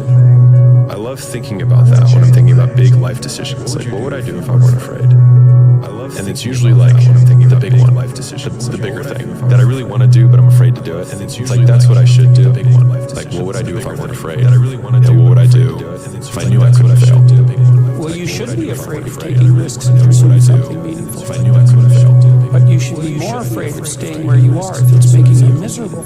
It's like the first thing you want to do is dispense with the idea that you get to have any permanent security outside of your ability to contend and adapt. It's the same issue with children. It's like you're paying a price by sitting there being miserable. You might say, well, the devil I know is better than the one I don't. It's like, don't be so sure of that. The clock is ticking. And if you're miserable in your job now and you change nothing, in 5 years you'll be much more miserable and you'll be a lot older. Now and you change nothing, in 5 years you'll be much more miserable and you'll be a lot older. Now and you change nothing, in 5 years you only get to live when you take risks. Ain't no living in safety. You can't be the man if you don't jump. You can't be top dog unless you can't be the man unless you fight the other dog. Ain't nobody finna give you the championship. You don't win the title without coming to the fight. You don't win the fight without training. Following your dreams is a lonely, solitary, scary, dangerous pursuit. You can't wait for somebody to think you can do it. And you gotta be willing to risk everything to become that seed of what you believe in there. You gotta be fearless, you gotta be relentless. Risk used to drive me right up the wall. I used to say, what if this? Risk used to drive me right up the wall. It's called the language of the poor. What if this happens? And on top of that, if this was to happen, look at the fix I'd be in. I better not try. And on top, then I'll tell you what changed my whole life when I finally discovered it's all risky. Then I'll tell you what changed my whole life when I finally discovered the minute you were born, it's got risky. It's all risky. If you think trying is risky, wait till they hand you the bill for not trying. If you think trying is risky, if you think investing is risky, wait till you get the tab for not investing. See, it's all risky. Getting married is risky. Having children is risky. Going into business is risky. Investing your money is risky. It's all risky. Having children is risky. Going into business is risky. I'll tell you how risky life is. You're not going to get out alive. You need to put yourself in uncomfortable situations and uncomfortable scenarios, okay? If you do easy things, you will have a hard life. If you do hard things, you will have an easy life. Let me say it again. If you do easy things, you will have a hard life. If you do hard things, you will have an easy life. As a man, you have to understand that we as men, we do better in environments where we are uncomfortable, okay? You put pressure on a rock, it turns into a diamond. You gotta let go of that stuff from the past because it just doesn't matter. The only thing that matters is what you choose to be now. The comfort zone is dangerous. When you're comfortable, you are most dangerous. The comfort zone is somewhere you should never feel comfortable. You should be happy somewhere and dissatisfied. Anybody ever tell you, hey, look, you know what? You should be satisfied with what you got. Don't believe it. Get them away from it. You should never be satisfied with what you got. Because the attempt to get more makes you into something better. Don't let anybody tell you, hey man, you know, you should just be happy with no! Nobody knows but you. You can't get advice on what you should do with your life, right? Nobody knows what you are. Like even sometimes you don't really even know what you are. You gotta take your shot. As much as you want people to agree and you want the people around you to be supporting your dreams and all, it's not gonna be like that all the time. You gotta do it alone. And people will help you, and when you get the ball rolling, people will jump on. But if you don't believe, nobody else is gonna believe. But one of the things that really motivates me, or one of my most powerful motivational frames, is thinking about the person that I want to become as the destination. And thinking like, I want to be bulletproof. I want to be bulletproof in these ways. I want to be bulletproof in my marriage. I want to be bulletproof in my business, etc. And I think about that man, whoever I want him to be. Like we said, hell is when you look at who you could have been. And realize that you're not that person. And then I think, if I were to make that man, what would I put that man through? this, like it wouldn't be easy times.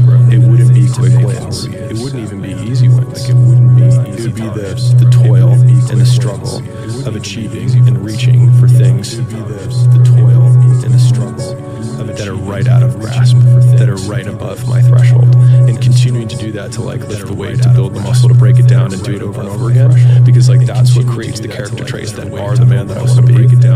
And so when I'm going through those like really hard times, I like to think of like looking in my mental mirror of like, I'm making you. I'm not there yet, but I'm making you. Like, so the one thing I want you to promise me is that no matter how long it takes, keep going. No matter how much it hurts, keep going.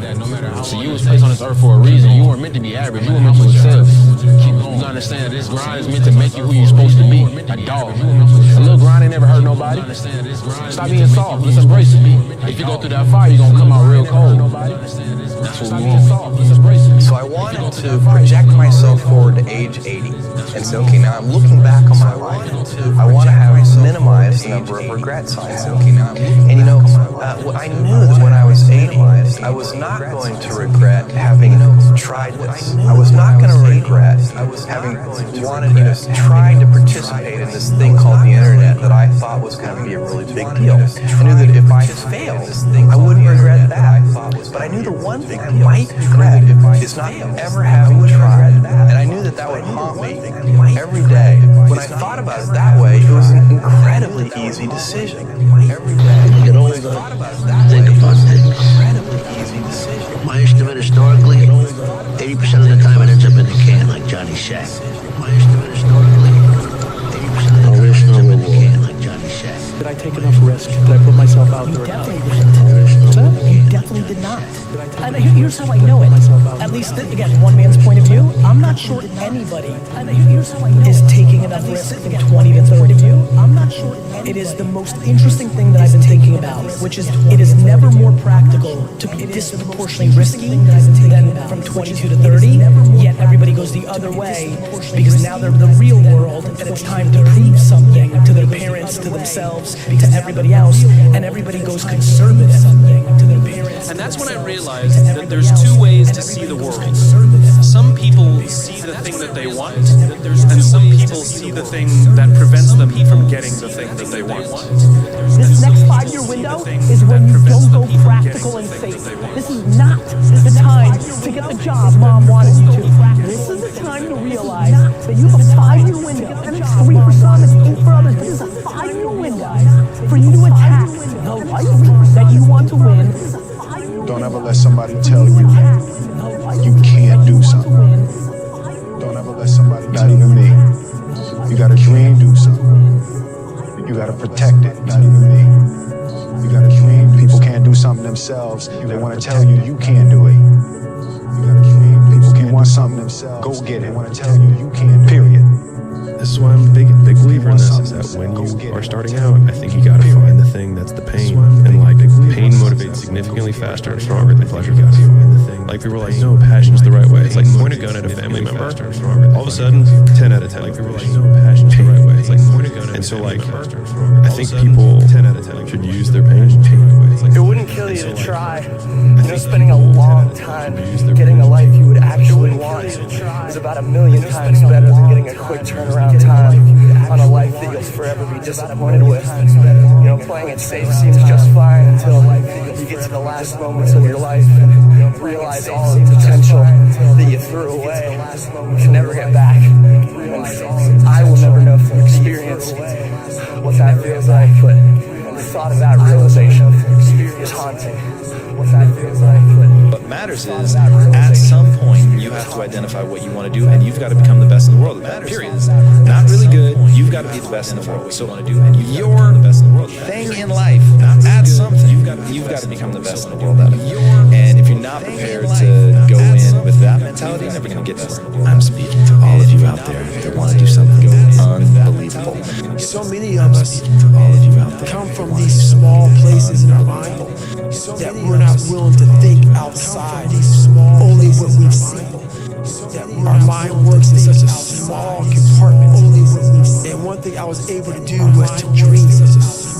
And until you're able to really put yourself into that dream, but don't make dreams your master, that's where you truly become what you're destined to become. So you're always trying to come up with reasons that you don't have to do it today. But if you build reasons that you don't have to do it today, you're building the muscle either way. You're either building the muscle that says, I do what I say, I keep the commitments that I make, or you're building the muscle that says, I make excuses, I don't do what I say, I can't be counted on, right? And so when we think about discipline, it's really about what promises are you going to keep. And the tricky thing is you're keeping promises to yourself that nobody even knows that you made, right? It's not like, hey, you made this commitment. If I don't write this book by this time, like, I have to do this embarrassing thing, or then I'll retire. They're not really putting their ass on the line in that sense. But you've said to yourself you're going to do this thing, and building that muscle is really important. But You have to take chances in life. If you don't take chances in life, you will never have the life God has for life. Life is about risk. If you play it safe in life, you ain't gonna have much of a life. If you play it safe, you won't have much of a life. Life is risk. It take courage to pursue your dream. I just did it. It cost me everything, but eventually, God is very good, man, when you see you take a leap of faith. He supplies you everything you need. Now, it's gonna cost you something, but most people are not willing to pay what it costs to go after your dream, because you're gonna have to hurt a little bit to pay what it costs. So at those times where you're questioning if you have anything left, no, a day from then, a week from then, a month from then, a year from then, you will never remember the discomfort, the pain. You will always remember the pride, the accomplishment. That lives on. That's why pain is temporary. Pride is forever, guys. You give it your all, you get it all. Tenfold. Pride is forever, guys. What do you think all success starts with? Well, the fast answer is mindset. Going back to the only truth that matters, you said it. The way you act is ultimately all that matters, and the way you act follows what you allow yourself to believe. Maybe a better way to say it is what you choose to believe. So if you choose to believe that your energy and efforts will result in more skill set, then you will actually put energy and effort into getting that energy, and you actually will get the skill set. But if you think, well, my talent and intelligence are fixed, so no matter how much I work, I'm never going to get better, right? I can't be a fast man. And if you don't think that putting time and energy into it will be of yield, then you won't put time and energy into it, and you thusly won't get the skills. So, and if you don't have the skills, then you can't do the things other people can do, and so people just get stuck because they don't have the only belief that matters. So they don't put the time and energy, and so that's like where everything starts. Is, are you putting the time and energy into getting better? Yes or no? Everyone thinks you're crazy until it works. Are you putting the time and energy into getting better? Yes or no? And so, if you think of the outcome as the trump card, then all of the pain and suffering that you lead up to that point, if you're just as the trump card, I'm trying to think of the pain that's appropriate in saying, if you're just, I was going to say balls deep certain, that no matter what, you will die or you will get there. Then the likelihood that all of the things that you've done up to that point will then be justified in retrospect is super high. And I actually see that as super compelling as a thing to latch onto in harder times. Seconds ago, pain. That's just almost like excruciating. In harder seconds later, it like flows out of you, like you just pull the plug when you're sick, and all the water and all the pressure just goes. It's a greater feeling than what the pain was. When you the pain you felt doing that, man, it's overridden with pride. And when you feel you pull that plug, and all the water goes out, and all the pain leaves, what's left there after all the water leaves? There's more pain, and all the water goes out, and all the pain robs you of your potential, guys. Don't let what you can't do in the moment interfere with what you know you can do. I mean, don't do pain can rob you of your belief of what you can be. Because your body hears everything your mind says. And anytime you have any kind of discomfort, or be subject to the discomfort of the situation, your body remembers that, and your body just in comfort of the situation. Level of purity right here. This delivers whatever this is. And you start thinking you can't do it, that pain's like, oh, it feels, I can't do pain. Do you think that body's gonna tell your pain, the boss of the world? Okay, man, we can do it. Bullshit. It's like a little bit your body is. It's like, okay, we're done then. Okay, man, we can do it. Your body hears everything. Your mind says. Don't even give it a chance to make that kind of shit. Your mind says. My father could have been a great comedian, but he didn't believe that that was possible for him. And so he made a conservative choice. Instead, he got a safe job as an accountant. And when I was 12 years old, he was let go from that safe job. And our family had to do whatever we could to survive. I learned many great lessons from my father, not the least of which was that you can fail at what you don't love. So you might as well take a chance on doing what you love. The reason I'm going to get what I want out of life is because, unlike most, I'm willing to have nothing in the moment. Of course, it feels worlds better to have something right now, but unfortunately, what most people really want is not what's available right now. Those people with the best relationships, the best health, the best careers, it's because they were completely unwilling to settle for anything less than that. And you might think I'm overly optimistic because most people don't get those great outcomes, but I'm not most people, and you don't have to be either. Most of us, we live in a box, and we don't want to go outside that box at all, ever. We live in a box. Outside that box is all these possibilities of life. But we do, we shackle our mind. We are a prisoner in our own minds. This is all I can do. It's all I'm good at. What people understand is that they live for themselves, not knowing that you have the power within yourself to change millions of lives by facing yourself. Change. What if it's a mistake? It's a mistake. Rest assured. What do you know? What if it's a mistake? You're going to stumble around, right? And what's going to happen is this. Assured. You're going to move. You're going to not stay in stasis. You're not going to wander around in circles. And I see people like that. They said, well, I never knew what to do, and now I'm 40. It's like, that's not so good. That's not so good. And you might say, well, and there is literature too that suggests that people are a lot more unhappy when they look back in their lives about the things they didn't do than they are about the mistakes they made while they were doing things. We are training kids and people to be soft in a world that continuously gets harder. It doesn't correlate. Like that guy talking about the tear gas with the SEALs. Is that necessary? I don't know.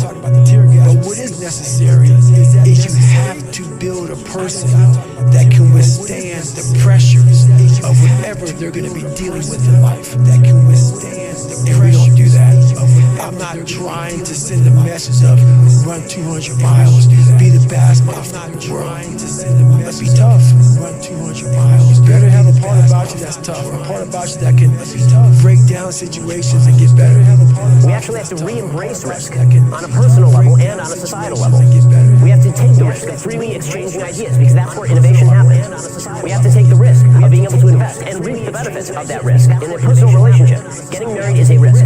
It is foregoing current benefits for a future gain. Every decision you make is a risk. The biggest risk of all, of course, is the decision to be free and to take responsibility for your own choices. That's a major risk. But if you take that risk, you become a better and a stronger human being, a more contributing human being, a more valuable human being. You feel better about yourself. When we discard risk, we discard meaning. When we are coddled, we discard our own ability to be a fully adult human being. And here's the dirty little secret. No matter how much we try to discard the risk, you can't actually discard risk. It's inevitable. Because reality entails risk. We can choose to live free rather than coddled. It'll make us better people, more open people, more understanding people. And when we do that, I think that not only will we be saving the country and saving the civilization, we'll be saving ourselves. But no matter what challenges or setbacks or disappointments you may encounter along the way, you will find true success and happiness if you have only one goal. There really is only one, and that is this: to fulfill the highest, most truthful expression of yourself. Theologian Howard Thurman said it best. He said, don't ask yourself what the world needs. Ask yourself what makes you come alive. alive and then go do that. Because what the world needs is people who have come alive. Because what there's no hacks, bro. It's you against you. Come alive. You against you. And if you misunderstand that, it's you against you. You have a real problem. You against you. You real problem. I can understand you misunderstand me running down the street, shirt off. This, yeah, I can get it. I get it. Misunderstand me running down the street. If you misunderstand what I'm saying right now today, the problem is you. And you don't want to fix it right now today. Take charge of your life. Take charge of your time. Take charge of your resources. Take charge of your health. You're the one that's responsible for your time. Take charge of your resources. It's not a requirement of society that you not have a heart attack and take care of your family. That's not a requirement of society, but you must make it a requirement of yourself. Take care of your family. That's not a society doesn't require that you build a financial wall around your family nothing can get through. That's not a requirement of society. Around your family. It's a requirement you impose on yourself. That's not a requirement of society. Do things worth doing. And I think a lot of it is coming down to making sure that you take the few precious seconds that we have to do the few things that are worth doing for the rest of your life. They see it as a pure disadvantage. And so you can flip the fact that you have nothing going for you with you have nothing to lose. And that means that you can take lots of risks very quickly and end up in the exact same position you are, which is nothing. And so if you eliminate downside, it should decrease your action threshold, meaning you should be able to do more things faster rather than do fewer things because you don't have a great life or things going for you. And so I think if people flip that, a lot more people would take action because they actually realize the advantage of the position. Don't be scared to fail. And because they actually realize the advantage of the position. And know wherever you are right now is not who you are, it's just where you are. You know, and if you fall, man, fall forward. Don't fall on your ass. Where you are. You know, when they say it can't be done, you know, tell them you haven't tried yet. They say it can't be done.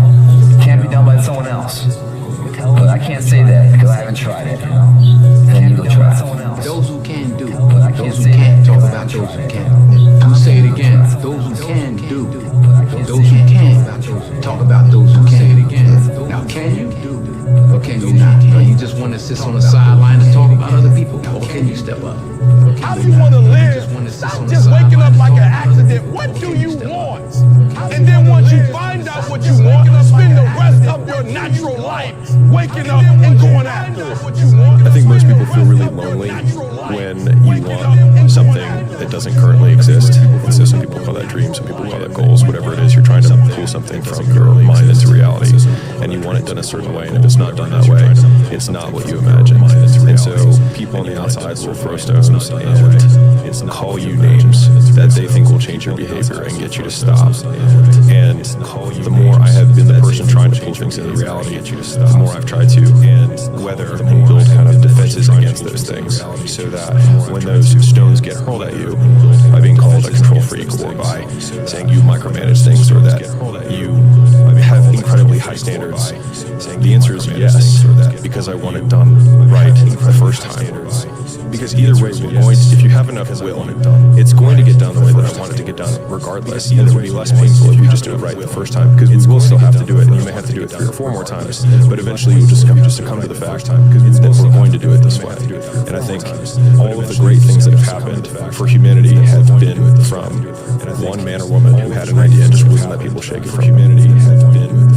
In a world that's changing so quickly, the biggest risk you can take is not taking any risks so quickly.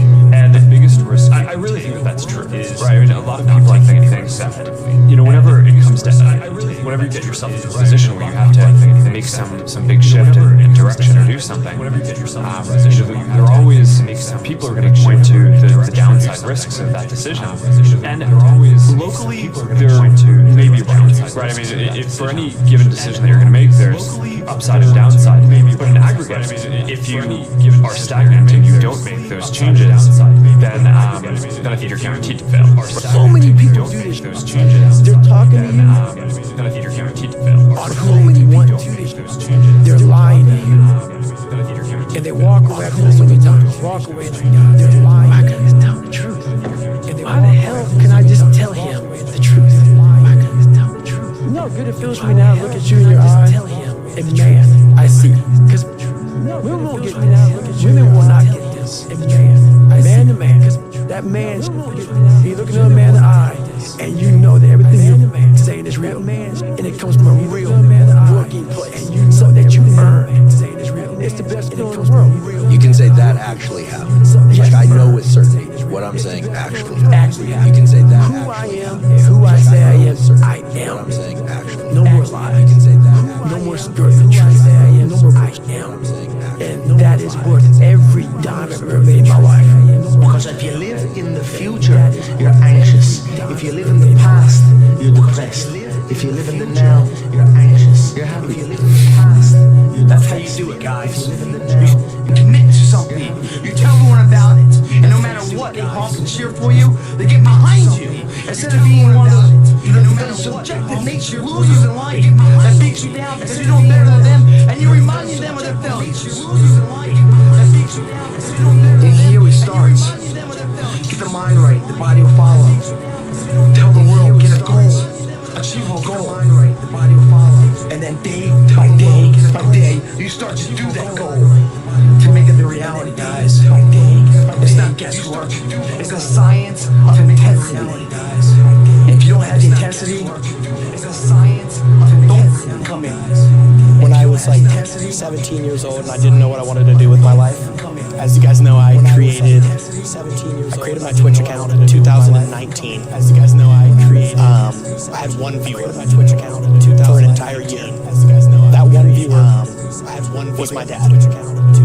Imagine when you're older and your grandkids say to you, "Granddad, tell me about what it was like when you were young." And you say, "I didn't really do much, to be honest, because I was worried about what other people would think of me. I never took my shirt off because I hated the way I looked. I didn't start that business because I was scared it might fail." Just think about how silly that would sound. You only get one go around at this thing, flick and you'll miss it, crack of the whip and then you're gone. So make it worth it.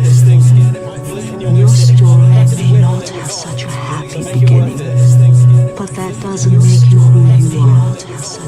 It is the rest of your story. Who you choose to be. It is the rest of your story. And you won't necessarily succeed at everything the first time you try. And you won't necessarily succeed at everything. Some of the most successful people in the world are the ones who've had the most failures. Some of the most successful people, J.K. Rowling, who wrote Harry Potter. Her first Harry Potter book was rejected 12 times before it was finally published. Her first Harry Potter book was rejected. Michael Jordan was cut from his high school basketball team. He lost hundreds of games and missed thousands of shots during his career. But he once said, "I have failed over and over and over again in my life, and that's why I succeed. I have failed over and over and over again in my life." These people succeeded because they understood that you can't let your failures define you. You have to let your failures teach you. You have to let them show you what to do differently the next time. Teach you. An easy productivity hack.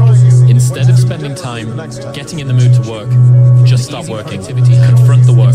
People think they need perfect conditions to start, when in reality, starting is the perfect condition. Perfect conditions to start. You know, somebody called me yesterday and asked me a very simple question. They said, "Pat, you know, what do I do when I just don't feel like showing up to work today? What do I do?" And I said, "Look, we've heard the saying before.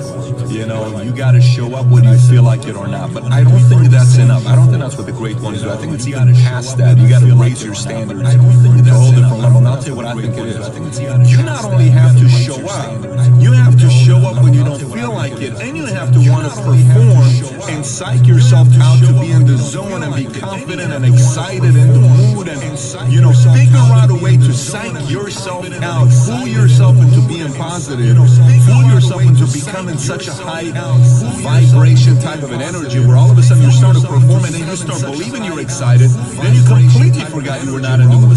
And entrepreneurs who do that are the ones who eventually win their own championship of business. They win their own academies, Oscars, World Series, Super Bowl, whatever you want to call it. But you not only have to show up, you got to show up at the highest possible level and gain value as well as bring value to everybody around you. Show up today and show up with the most incredible energy. But most show up today and show up with the most incredible energy. But most show up today and person would sit down and let their body relax, totally relax, and then start to visualize in their mind, see themselves the way they want to see themselves, see how you'd like to live your life, see yourself living it that way. Take that picture and describe it, write it out in the present tense. I am so happy now that I see myself, and write it out. Start to read it, and read it, and read it, and read it every day. Carry it around and keep reading it. The one point that all the great teachers all down through history have all agreed on, they've been in complete unanimous agreement on, we become what we think about. A lot of people will laugh at this and say, that doesn't make any sense. Maybe fantasy at first, it might even appear to us as being a lie. But if you read it often enough, you'll start to believe it. So our thoughts control our actions, our thoughts control our feelings, our feelings control our actions. When you see things get bad and they say it must be God's will, that's an expression of ignorance. God's will is always for expansion and fuller expression. Greater ways, greater things. That is God's will for you, for me, for everyone else. Never for hard times. Abundance is our birthright. We've been conned, folks. Abundance is our birthright. Start with for yourself. What is the one thing that people who made $1 million that they did that I guarantee you are not doing? It is called work. They worked 12 to 14 to 16 hours a day, 7 days a week on making money. They had an obsession with making money. That's all they thought about. They had singular focus. They had singleness of purpose. And I guarantee you don't do that because you want to live a balanced life. Well, I'm sorry, but people who succeed in life don't live a balanced life. It is a fantasy. It is a myth. If you say I want to live a balanced life and make millions, welcome to Fantasy Island. Is there any better feeling than being locked in? Like when you are locked in, you take every day you're knocking it down, you never miss a step. Like you go to bed feeling great, you wake up feeling inspired, you go in the gym with energy, right? Like that's the best way of living. But I promise you, you have so much fun. Like that's the best way of living. If you literally just took it and put it in one place, you could literally change your life. Truly believe that if you put your 100% effort into something, you can't move your life. God knows that you deserve the results. Truly try, you truly can make yourself 100% of. I don't see how you can fail it. But I don't think you can. Like I completely refuse. You can't fail it. You said you were going to do it this year, but you didn't. So what's going to be different about this year? What kind of person are you going to actually become in order to achieve what you want to achieve? It is easier to make money than ever before. You can make more money faster today than ever before in history. Why aren't more people making money? Wealthy people show initiative. Broke people don't. The faster you are, the more money you will make. Your bank account is actually a reflection of how fast you move. I was sitting with one of my mentors, Bill Perkins. I asked him, Bill, you're worth a lot of money. You've made hundreds of millions of dollars. Why have you been so successful? And he kind of looked at me and he thought for a second. And he said, I move really fast. By the time somebody else has thought about an idea, taken it to investment committee, I've already started, made 3 mistakes, and found a better way. Now y'all look money hungry? I've already That's started, good. made 3 mistakes. Anybody tells you money is the root of all evil doesn't have. A broke person thinks that there's a limit to opportunity and a limit to the amount of money out there. That there's a finite resource of money. They think, I just don't have opportunities. I've missed the opportunities. There's this limiting belief around money that poor or broke people have. Rich people, on the other hand, understand this, that money is a renewable resource, which means if they lose all their money today, it's no problem. They can create more. Do you understand this? Do you think that you can create as much money as you want? You don't, do you? Do you understand this? We hate, we buy shit, we don't need. When you really want something, just in my life experience and seeing other people, seeing myself, seeing other people that like made stuff happen, like man, when you really want something, you gonna find a way.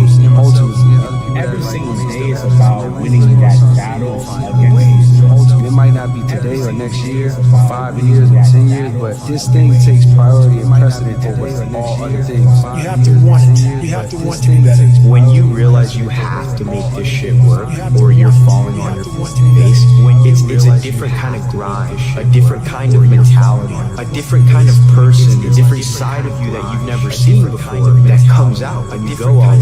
Everybody has a desire to do something, but they don't have that. They don't know how to really complete the process of dedicating themselves and having the discipline to do it. This shit is worth more money than anything ever because you can make so much money off this, bro. Look at me crazy, call me crazy in the beginning, but once I'm making millions of dollars playing video games, having crazy, we are creative beings, and we can create money. Like we actually do. That's how money manifests in people's life. They create it. And when you have this mindset, the universe will then present to you and have bubble up ideas about how to make money. Let's consider money butterflies. Let's say you want to catch butterflies. Butterflies equate to dollars. There's two ways that you can gather butterflies. The first way is build a net. There's two ways. Build a massive net. It doesn't matter how optimized the net is. It doesn't matter how sophisticated it is. You always have to swing in order to catch butterflies. That's most people. That's where most people start. But you need to develop a second skill set, which is how to attract butterflies. How do you attract butterflies? By building gardens. Changing your psychology around money changes absolutely everything. You want to become a billionaire, then you have to think like a billionaire. There is all the money that everybody needs and wants waiting there for them. The way you feel about money is highly uncorrelated to how much you've got in the bank. The way you feel about money the way you think. The number one thing that's keeping you poor is your mouth, what you say. You see, what you say is what you get. Your tongue is a creative force. Words have power, more power than you could ever imagine. Every word that comes out of your mouth has 100 to 1,000 times more power than a thought. If you believe that what you say will happen, you will get whatever you say. Listen to me. Rich people think differently. So what I'm gonna put in your head today is a rich people concept, so you can get to understand it. The only difference between successful people and not is just how they think. So you can get to understand it. The only difference. Quit letting people tell you gotta get qualified in another program. You don't need another program to be successful. You need to change the way you think. You don't need another program to be successful. Write it down, dude, and fire and wire those thoughts in your brain. Install the hardware. Keep doing it with attention, wire those intention. It becomes the new voice in your head. It becomes a software program. Then say, okay, how am I going to be in my life in your head? What word in the bundle first? How would they behave? Okay. And before you reach for your cell phone, start scrolling through your social media. Close your eyes and rehearse in your mind how that person would walk, how they would breathe, how they would smile, how they would greet people, how they would be on Zoom calls, how would they be in traffic, how would they be at dinner, how they would greet people, and the act of closing your eyes, mentally rehearsing the act. If you're truly present, the brain does not know the difference between the real-life experience and what you're imagining. Say no to the paycheck. Paycheck make you poor because they make a slave mindset, not a master mindset. Make up your mind. Just this idea of you got to be realistic, that you got to be logical, is a bunch of nonsense. Just this idea of you got to be logical, that you got to be logical. I've been totally illogical many times. You don't have to be a lot of times. I've been totally illogical. When you speak of your poverty and lack of education, you are simply directing your mind power to attract these undesirable circumstances. Because it is true that whatever your mind seizes upon, your mind attracts to you. Now you see why it is important that you recognize that all success begins with definite support, with a clear picture in your mind of precisely what you want from life. You are on your way to making your fortune. You can do it. You have greatness within you. Remember, you were born to win. You were engineered for success. You were designed for accomplishment, and you were endowed with the success. You want to become a billionaire, then you have to think like a billionaire. Billionaires do not think about pennies and cents and dollars. They think big, and they think of ways of getting there, and not of ways of not getting there. There is all the money that Everybody needs and wants waiting there for them. And there's only one reason it's not in their lives, and that's because they're stopping it from coming into them. And there's only one reason it's not How are we stopping? and that's by thinking we don't have enough, by thinking we don't deserve it, by maybe being programmed with the way you were, that my family didn't have very much, you know, I'm destined to not have very much, kind of born on the wrong side of the tracks kind of thing, or all of those thoughts. To believe that we only get money through our job, if you believe that that's the only way you're going to get money, that's the only way that you're going to get money. But you can get money from unlimited different ways. If you decide you want to be rich, all you gotta do is start. If you decide, why not? Who gonna stop you? All you gotta do is unless you tell it to the wrong person. Why not? Who gonna stop you? Mama, listen to me. I'm going to be rich. Anybody rich in this family? Go in there and sit down somewhere. Get yourself a good job. I'm going to be rich. Anybody rich in this family? Oh, mama, you must be right. No, mama could be wrong. Because what you have in your imagination, God didn't show it to your mama. I'm sorry, because what you have in your showed it to you. God didn't show it. Know what you want and believe that you can and will get it. Give expressions of gratitude many times daily for having received that which you want, even before you actually get physical possession of it. Possession starts first in the mind. Please remember this. Remember, there can be no application of applied faith without action. When overtaken by defeat, as you may be many times, remember that man's faith is tested many times before he is crowned with final victory. And accept your defeat as nothing more than a challenge to keep on trying. But I'm starting to realize, bro, when you dance to your own rhythm, when you play by your own rules, but I'm starting to live through your vision, that's a perfect indication you're doing it correctly, because they literally don't see what you see. They don't see it. They don't see what you see. They don't see as far as you see, and they don't understand why you see what you see. They don't even understand where it's coming from internally. They don't. I didn't get that back then. I just knew I had the desires for more. I knew I had a vision that I couldn't ignore. I just knew I had the There is no end to what you're capable of doing. Once you get into this vibration, you'll start attracting what you're capable of doing. Opportunities are just going to pop up everywhere you go. Into this vibration, you'll start attracting delayed gratification, which means putting off enjoying the fruits of your labor for a period of time, which means temporary, so that you're focused in on what you're doing. This is the one thing that people always did that people that are not successful don't do. They're obsessed with making money. They're obsessed with their mission, their purpose, their idea, their project, and it's all they do. It's all they think about. They eat, drink, and sleep. This obsession. They work on it, but it's not work to them. They absolutely love the journey, but it's because they understand the journey is actually the reward. What would be the outcome? The experiment of being abundant would be that you would have to feel that feeling. You're so good at doing it with your eyes closed. Would be that you would have to do it with your eyes open. Now why? Because if you're feeling the feelings of your emotions of your future, because you're no longer looking for them. You can do whatever you make up your mind to do. Believe, and you shall receive. Will you please remember that your life is exactly what you make it by your own mental attributes. Your life is exactly what you make it. You do not have to be the smartest cat in town to earn money. As a matter of fact, you can be pretty dumb and earn a lot of money. I was pretty dumb and I was earning a lot of money. So when people tell me you got to be smart to earn a lot of money, I know that's not true, because I knew I wasn't very smart. I was earning a lot of money. If you complain about money, if you judge people who have it, if you rush when you're in lack, if you cheat when you don't have what you need, an abundant person doesn't do that. You gotta look at that and say, I gotta break these habits. Oh my God, if I truly want to be abundant, I can't act this way. Here's the big one. Oh my God, if I truly want to be abundant, if I truly want to be a new personality that's in a new personal reality, I can't take lack with me. I can't take unworthiness. I can't take the story that goes along with it with my parents or my grandparents or my ex or whatever goes along with it. That story has to. When people look at with the money that they're making, and then the amount of effort that it takes them to make that money. They're like, you know what? At least I worked hard for my money. And then money gets printed out of thin air. You need to figure out how to make as much of it for the least amount of effort as possible. Why? Because there's dudes out there that are printing it. I don't think you understand. They're literally printing it, and you're out here working for it, slaving away.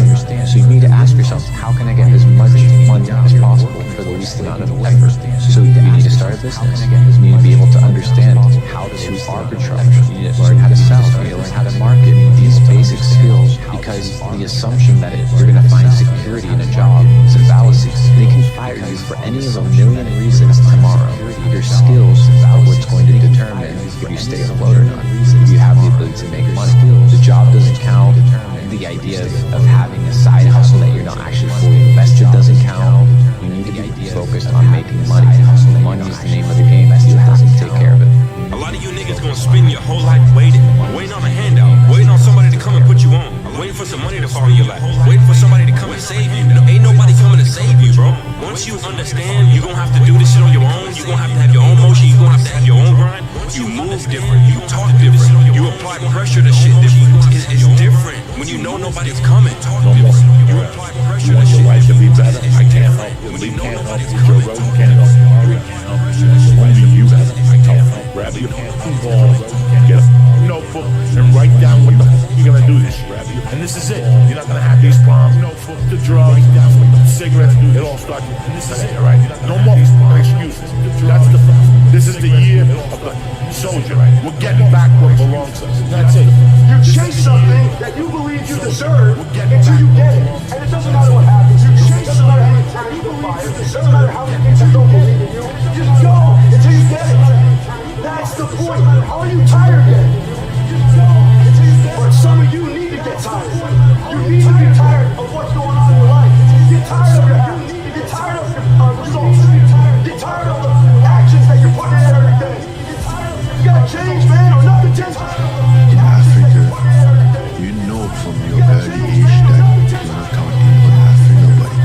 You're not expecting any age from anybody. It's all on you. And as long as you get that, the rest of your life get better. Here's something a guy said recently. This dude said, there's a moment when every boy realizes no one's coming to save him. This dude said that's when it becomes a man. When every boy, and some boys never get there, and stay children forever. This dude said that's when it becomes a man. Nobody's going to believe you until you've already done it. Nobody's going to come and celebrate with you until you've already done it. The work is going to come before the belief, which means you're going to have to work for a long time by yourself with no applause, with no awards, with nobody telling you good job. And then once you start to build something and people start to see the momentum and they start to see the result and you start doing some things, then you're going to get a little belief. Unless you understand that you've got to parent yourself, you have to push yourself, you're not going to make your dreams come true. You're just not. So see how I'm pumping myself enough? That's me. That shit fires me the fuck up. That shit makes me nuts. We had nobody anyway. Look around you. That shit, there was no team. It was you. What's your most brutal life lesson? That shit, there was no team. Nobody's coming to save you. That's also the best day of your life is when you realize nobody's coming to save you. And when you can realize that, best day of your life, and you can kind of cynically smile because you know you want the ball in the court, and you can realize that, then you're well on your way. You can successfully smile. You take full responsibility of everything, good or bad. Even if you don't do the actual task, you take responsibility, good or bad. You're free. Even if you don't. There's a tremendous amount of liberation that comes when you accept the fact that you're always going to need to give yourself a push. The first two words of getting out of poverty are my fault. And the thing is it doesn't actually matter if it is your fault. The first two words of getting out of poverty, you have to solve it because no one else will. That allows you to actually do something. Until you win, effort always goes unnoticed. Get used to it. No one roots for you until everyone roots for you. That's just how it works. You're going to lose sleep. No one roots for you. You'll doubt whether it'll work. You'll stress to make ends meet. You won't finish your to-do list. You'll wonder whether you made the right call and have no way to know for years. This is what hard feels like. Everything worth doing is hard. And the more worth doing it is, the harder it is. The greater the payoff, the greater the hardship. If it's hard, good. It means no one else will do it. some point, everything's going to go south. Everything's going to go south, and you're going to say, "This is it. This is how I am." It's going to go south. Everything's going to go south. Now you can either accept that, or you can get to work. That's all it is. You just begin. You do the math. You solve one problem. You just and you solve the next one. The bottom line is, no one's coming. You just and you solve the next one. The bottom line is, no one's coming to push you. No one's coming. No one's coming to tell you to turn the TV off. No one's coming to tell you to get out the door and exercise. Nobody's coming to tell you to apply for that job that you've always dreamt about. Nobody's coming to write the business plan for you. It's up to you. That you've always dreamt about. There is no perfect time to start. You gotta start now with changing your life. You gotta do your best work when you're least motivated. So those days you don't want to do it, guess what you gotta do? You gotta second the to do it. Stay home. Guess what you gotta do? You gotta second This idea you have that there's a way to be safe. It's childish and cowardly. This idea you have that there's a way that stops you from experiencing anything, including any good. Once you've already won, people are like, "He's amazing, he's so good." But like, that's the time when you need it the least. You always have to be the person who roots for you before everyone else does. And it's usually a single clap in the auditorium for a very long period of time. It is a slow clap. That's just you. The difference between should and must is reasons. Reasons come first, answers come second. If you got strong enough reasons, if you got a big enough why, you can figure out how to do anything. First, answers come second. If you got strong enough reasons, if you got a big enough why, you can figure out how to do anything. Don't you want to be in better shape? Why don't you want to be more successful? Maybe you can't find your why because you're lazy. Maybe you can't find your why because you have zero ambition. Regardless, you need to go out here and find it. If the why is powerful, the how is easy. If the why isn't strong, how is easy. If your goals aren't powerful, if the vision isn't clear, the old prophet said, "Without a vision we die, without a vision we perish, without a dream we're nothing." What's the chance of you making $1 million this year? Give me numbers. Everyone's like 0%, 0%, 0%. What's the chance of you making 1%? There's always 1%. It's like 5, and that's like the most it'll get to. And I said, okay, I'm gonna give you the most extreme example, but I just want to see what happens. Okay? What's the percentage chance of you making $1 million this year legally? And if you don't, everyone that you love dies. Of you making $1 million, and everyone's like 100%, 100%, 1,000%. I said, what changed? The goal didn't change. The time frame didn't change. Why you're doing it changed. Would you wake up in the morning if everyone that you loved life depended on it and be like, yeah, well maybe I should scroll on TikTok for a while? No, you'd be like, I'm going to take action immediately. And so it doesn't need to be like a fear of losing everybody, but what's really behind that is like, why? And so it doesn't need to be you never wanted a regular type of life. But what's really behind Is that barbecues and ball games? You never wanted a regular type of life. Yeah, is that barbecues and ball games? If you want to feel like your life has meaning, if you want to go to bed and sleep with a clear conscience, if you want to wake up in the morning looking forward to the day, purpose is a more meaningful, more reliable category. Happiness is more. How do I know? A lot of people, when they think of the phrase, how do I know, they always want to put the what behind it. How do I know what I'm supposed to do? Think of the phrase, how do I know? The question that you really should ask is, how do I know why I'm supposed to hear? Because when you know your why, your what becomes more clear and more impactful. When you know your in order to be successful, you need to have a powerful why. Why do you want to be successful? Why do you want to achieve great things? Why are you doing the shit that you're doing on a daily basis? Why? I ask people this on a daily basis and everybody gives me these generically based answers. Because I want to help people. Because I want to give back. Because I want to live a happier life. Why? What's the fucking why here? Why do you want to do these things? Live a happier life. Why do you want to feel this way? Why do you want to help people? Why do you want to give back? Why do you want to do these reasons? If you don't have a powerful reason, you're never going to reach your goals. Because you don't have something that's pulling you towards them. You don't have something that's going to wake you up before your alarm goes off. That why is everything. You don't have something. My why is very simple. I want to be remembered forever, and I want to inspire one person a day because I know what it's like to struggle with an alcohol and feel like you're alone in life, having nobody to help you. What's your why? You know, when you're built different than everybody else, and you have this desire for more, and this desire for achievement, and this desire to win, everybody else looks at you like you're something more, and this desire for achievement, and they'll tell you that too. You know, what's going to wrong with you? Like, why can't you just relax? Why can't you just do this? Why can't? Because I'm just not built that way, man. How do I manage all this misery and suffering and futility? It's like, well, I need to figure out what I would have to do in order to make that clearly worthwhile. And so then you have your goal, and then you think, well, I need to move towards that incrementally because I'm kind of useless and can only do so much, and maybe not even that. But all I have to do is be a little bit better than my miserable self yesterday. And that'll propel you forward very rapidly. If you don't have a strong enough drive, if you don't know your compelling future, if you're not ready to climb through every brick wall, then go upstream and find that desire. Find it so when you're facing, oh my God, the money didn't come through, the bank fell through, the bank called their loan, or whatever you go through in different markets, you're just thinking, I just want to make more money to get my Ferrari. You have a reason for that Ferrari. You have a reason for your success. You have a reason for your future. That's when you say, oh, this failed, let's try again. That didn't work, let's try again. And how many times do you have to try again? Who knows? It could be 100, right? It's the people who give up on the 60th one and don't realize that your 61st time of getting past that failure is your next level. The purpose is you. We forget that. Every day I wake up, I don't want to do something. Shit. I'm like, okay, man, do you want to be every day I wake up? Do you want to feel like a little do something? Do you want to walk around all day knowing that you could, but you didn't? The main purpose of life is you feel like a little do something. So if you wake up in the morning and you don't want to do something, you don't care enough about yourself in the morning, and that's what you need to really research is you don't care enough about yourself. Why am I not doing this for myself? Because that is the number one purpose in life. Why am I not doing this? Is to better oneself. What's your rabbit? So what you focus on these days? What you running at? What you chasing at? You may not apprehend it, but what gets you out of bed without an alarm clock? What gets you going when you don't feel like it?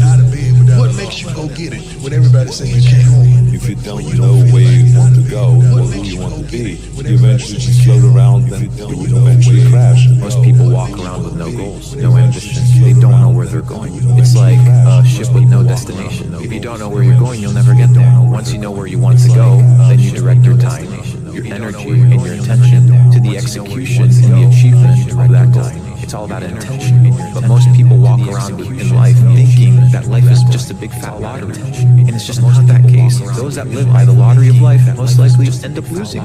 Make up your own mission statement. What do you want to be? And once you do that, now you can work with somebody to get better. You can work with yourself to get better. But until you know what you want to stand for, you will always just be sitting down. You'll never stand for anything. The first question people go to is how. That's the wrong question. How is the absolutely wrong question to start with, because if you've never done it before, what that produces is uncertainty. If you have uncertainty, then you don't execute at the same level. It's like people say knowledge is power. We all know that. Execution is power. Knowledge is potential. Execution beats knowledge every day of the week. So my bias is towards action. Even if it's wrong action, you'll learn quicker than if you do nothing. But the challenge is people are asking how, and that produces uncertainty. What you got to ask is what and why. Most people are afraid. Most people have been through shit in their life, and you have to really tap in. You really have to get clear on your why and your driving force, and you have to face your fear. And until you do, and you're not going to get what you want in life, to face your fear. That's what holds most people back. At a burrito, I came back and I'm in the lobby. When I walk in, I sit down. The doctor comes up and he says, I came back and I'm in the lobby. When I walk in, I sit down. The doctor comes up. I can't believe these arteries are in that young body. He goes, let me ask you a question. I heard your wife's pregnant. I said, I have a son. And he says, do you want to be there when he graduates from high school? I heard your wife's pregnant. I said, I have a son. And he says, he goes, your wife's pregnant. What do you have? And I said, a daughter. Is where you get a dad. He goes, would you like to walk her down the aisle on her wedding day, or are you okay that it's some other man? Where you get a daddy? I went, what the? Would you understand, right? And he goes, I want to be very clear with you. If you keep going down the road you're going, there'll be some other man with your son at graduation high school, and a stranger's walking your daughter down the aisle. It's not even born yet on her wedding day. And I went, boom. And he goes, but if you do exactly what I tell you to do, you'll be there. And so to this day, there are mornings when I wake up. Not every morning. I don't want to go to the gym either. Bella's wedding. So to this Bella's wedding. Bella's wedding. So my standards are high because of my big old reasons. Bella's wedding. Other dudes may miss the gym that day because they're not going to miss their daughter's wedding if they don't know. But other dudes may miss the gym that day because I've missed their son's wedding if they don't know. So I will get my ass out of bed at 4 o'clock in the morning, and I'll get to that gym because my reasons are bigger. So I will get my ass out of bed at 4 o'clock. You can have what you want. In 5 years. But there's two conditions. You can have what you have to know what it is in 5 years, and you have to aim at it. But there's two. Figure out what you want. Write it down. Figure out what you could do to, and start moving towards that. Okay. Do that with your family relationships. Do that with your friendships. Do that with your career. Do that with your education. Develop friendships. Do that with your career. You are a creative force. Get the millionaire mindset. If you don't have the millionaire mindset, that money is a renewable resource, and that you can create, and that it's God, the universe, which is the source of your supply, that gives you the power to give. If you don't have that mindset, which is the source of, then you're going to have a struggle. You're making your first million and making any large amounts of money. Money is a renewable resource. You can create money. Now let me give you a description of the one thing which represents the main difference between a successful person and a failure. Please listen carefully. Think for yourself as I speak, because failure to recognize the truth I am about to give is the starting point of most failures. Successful people in all occupations, all professions, and all callings have one trait which distinguishes them from the failures. It is their capacity for belief. The failures see the hole in the donut, but do not see the donut around the hole. The successes see the hole also, but they see the donut around the hole. Changing your psychology around money changes absolutely everything. The way you feel about money is highly uncorrelated to how much you've got. The way you feel about money is highly uncorrelated to how much you've got in the bank. We're going to go back to childhood, and we're going to go to the future. What conversations do you remember your family having when you were young? What phrases? Here's some examples that might sound familiar. We can't afford it. Here's the consequence of it. This person, hopefully, they end up in a pretty nice job. Maybe they've done well. They have some decent amount of money. They come to me and go, why do I still feel guilty ordering a salad when I eat out? And my partner is saying, we have the money. Look at our checking account. Why? Well, trace it all the way back to conversations you had starting at age 6. Wow. It's not about wealth. Trace it all the way back to conversations you had starting at age 6. It's a strange fact that most people make a negative application of their great power of faith by thinking about and believing in poverty, ill health, fear, failure, and defeat, when it would be so easy for them just to change their thinking over to the circumstances and things they desire. If you aim for success above mediocrity, you will need to learn to act on your own personal initiative, because your success is something which you must achieve for yourself without someone telling you what to do or how to do it. There are two kinds of men who never amount to much. Those who cannot do as they are told, and those who can do nothing else. Most people learn how to fail and how to succeed. It's a mindset. It's a mindset. When they developed Tesla, everybody thought it's not a new idea. But they were persistent, they were convincing, and they could see something that most people did not see. The same thing with Google, the same thing with Apple. They were providing something that people were looking for, but they did not know how to put it together. So if you want to be a billionaire, you have to start thinking what will work, not only what will fail. Billionaires look at their experience and say, this did not work, what can I learn from it? You have to change the way you think. There's been many periods in my life that I've had internal change, which was this: work, no results, but I'm a little bit better. Which was this: work, no results, but I'm a little bit better. Work, no results, I'm a little bit better. Boom, just got paid. Just got paid, and it looks like overnight success. It's like, oh, it happened in here. No, bro, it doesn't. Because if you do all those things, even if nothing happens, and you know you're doing the right thing, you're on track, overnight success becomes this easy thing because you were internally growing. Overnight success becomes it looks like you're doing it all right. You want to make money. The key to making money is serving others. You want to make money, you serve more. People always say, athletes make so much money. Doctors should make more money than athletes. But I'm like, wait, how many patients you got? How many patients you got? The doctor got 30 patients. Well, you got 30 patient money. How many people are watching the world? You got 30 patients money. Kids, profits of millions of dollars. I said, dude, don't ever get it twisted. You serve more people, get more profit, get more money. Another way to get wealth is through servitude. Listen very carefully. The more people you serve, the richer you become. The more people that you can serve, and the more needs you can meet, the more successful you become. If you're going to put your effort into something and you're going to work on something, you cannot afford the luxury of a negative thought on something. I'm going to write a book. I can't afford to think that it won't sell. Negative thoughts on something. I'm going to build a business. I can't afford to think that I'm not going to get any clients. Do not accept from life or anyone else anything you do not deserve. And remember that Mahatma Gandhi proved himself to be more powerful than the great British military force by this simple method of passive resistance. Keep your mind eternally engaged in thinking of that which you deserve, your major purpose in life. So no time will be left for you to waste on thinking of that which you do not want. The more I listen to this, the better my life gets. If they don't have what you want, don't listen to what they say. There's no greater waste of time than justifying your actions to people who have a life you don't want. Write out this sentence and paste it in a prominent place where you work and on a mirror where you see yourself in your home. Whatever the mind can conceive and believe, the mind can achieve. Remember also that you are the only person who can provide you with a positive mental attitude. What are you going to do about it? On your answer to this question rests your entire future. Opportunities in life are like trains.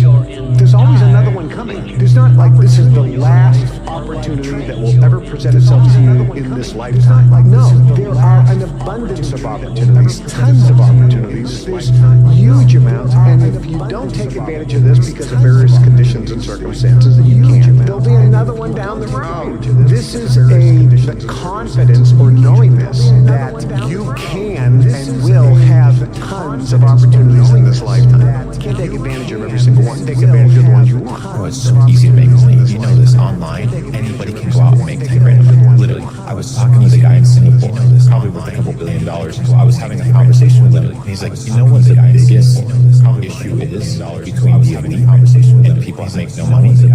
Like what? Financial literacy. He said most people are financially illiterate, and it's a language. Financial literacy. What do you mean? Most people yes, finance is the language of these, and it's self-education will never betray you. Self-education will never betray you. You have to sit down and self-education. You don't like to read books. Nobody gives a fuck. The marketplace doesn't care. In order for us to change a belief or perception about ourselves and our lives, we have to make a decision for perception with such firm intention that the amplitude of that decision carries a level of energy that's greater than the hardwired programs in your brain and the emotional conditioning in your body. And your body literally has to respond to your mind. Examine your personality and examine your personal reality. Change your personality, change your personal reality. Don't make it be about abundance. Make it about change your personality, change your abundant reality. Don't make it be about making a person who's not abundant. There's a moment when every boy realizes no one's coming to save him. There's a moment, and that's when he becomes a man. When every boy, and some boys never get there, stay children forever. The winner never quits, and a quitter never wins. Definiteness of birth. By now you should know what you want most from life, and you should have a planned mind capable of mastering all of their problems. Just remember this about adversity. Nothing is ever so bad or so unpleasant that it may not yield some benefit if we keep a positive mental attitude toward the experience and make it a habit to look for that seed of an equivalent benefit. What is money?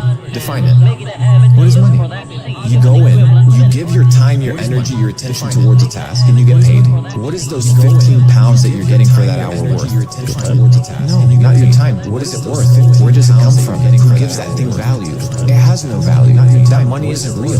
So what you need to do is you need to create money. And you create money by elevating the way that you think about finances, the way that you think about business, the way that you think about working. You don't work in order to get a paycheck. You work work in order to build things that create money. Your body is so objective that it's believing it's living in that reality where you are abundant. As long as you feel that emotion, you're not separate from it any longer. You're no longer in lack. You're no longer looking for it to occur. Say, why hasn't it happened yet? If you're feeling abundant, why would you look? The longer you're conscious of that energy, if you're feeling abundant, you draw that future to you. Nothing changes that energy in your life until you change that future. Every family deserves to have a winner. I think it should be you. Every family deserves. You also have to disconnect, unplug your umbilical cord from the belly button. Average connect, unplug yourself into the mindset of a winner, which is a winner does more than expected every single time, no matter how they feel, no matter the circumstances. A winner shows up every single time, 10x times more than the average person. A winner has these unreasonable expectations of himself. A winner knows that he's destined for greatness. And no matter how many people around him tell him to slow down, be careful, watch out, that's too risky. You don't have the genetics, the DNA, the money, the mind, the brain power for that. A winner locks onto their goals and keeps going. This is a millionaire mindset. It's just money. This is a made-up mindset. Pieces of paper with pictures on it so that we don't have to kill each other just to get something to eat.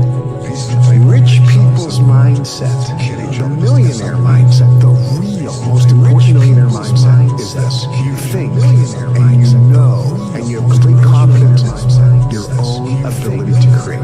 You know that you have the ability to create money.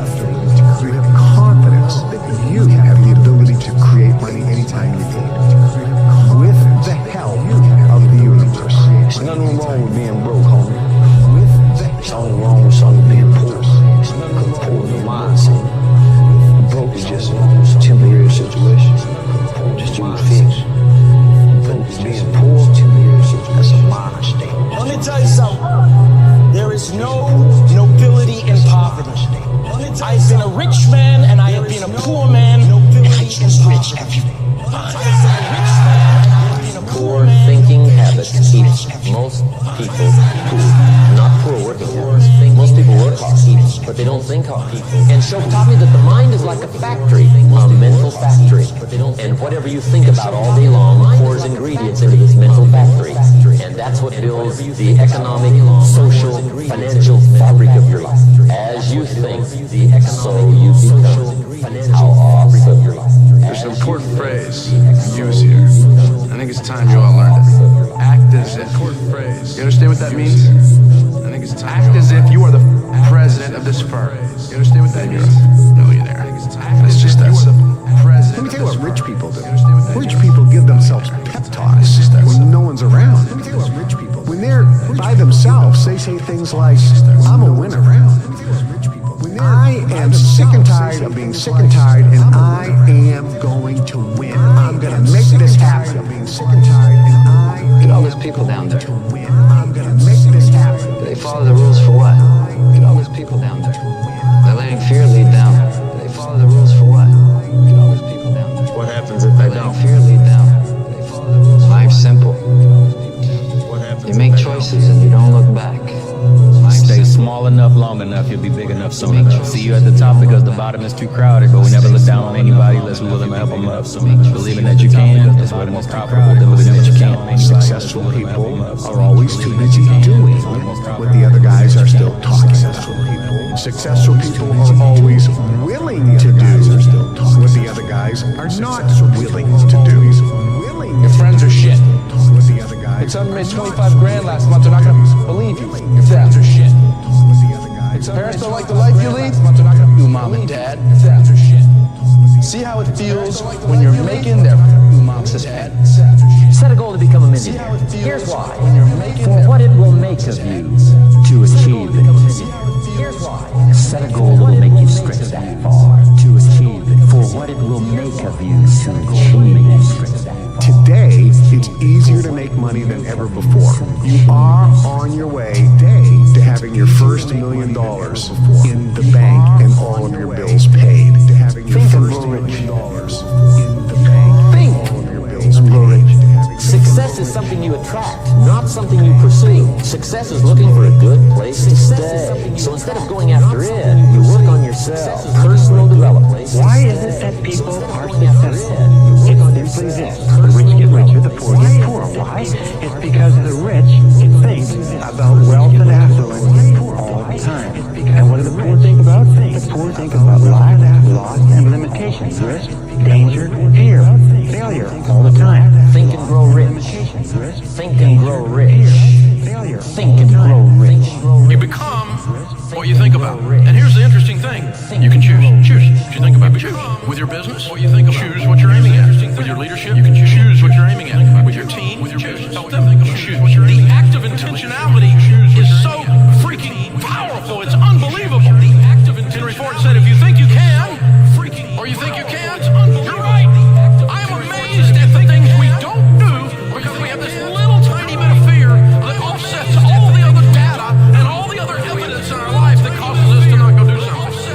Because we just don't believe. And it's weird when you start to believe, you become what you think about. Ever say I haven't done it yet. I haven't done it yet.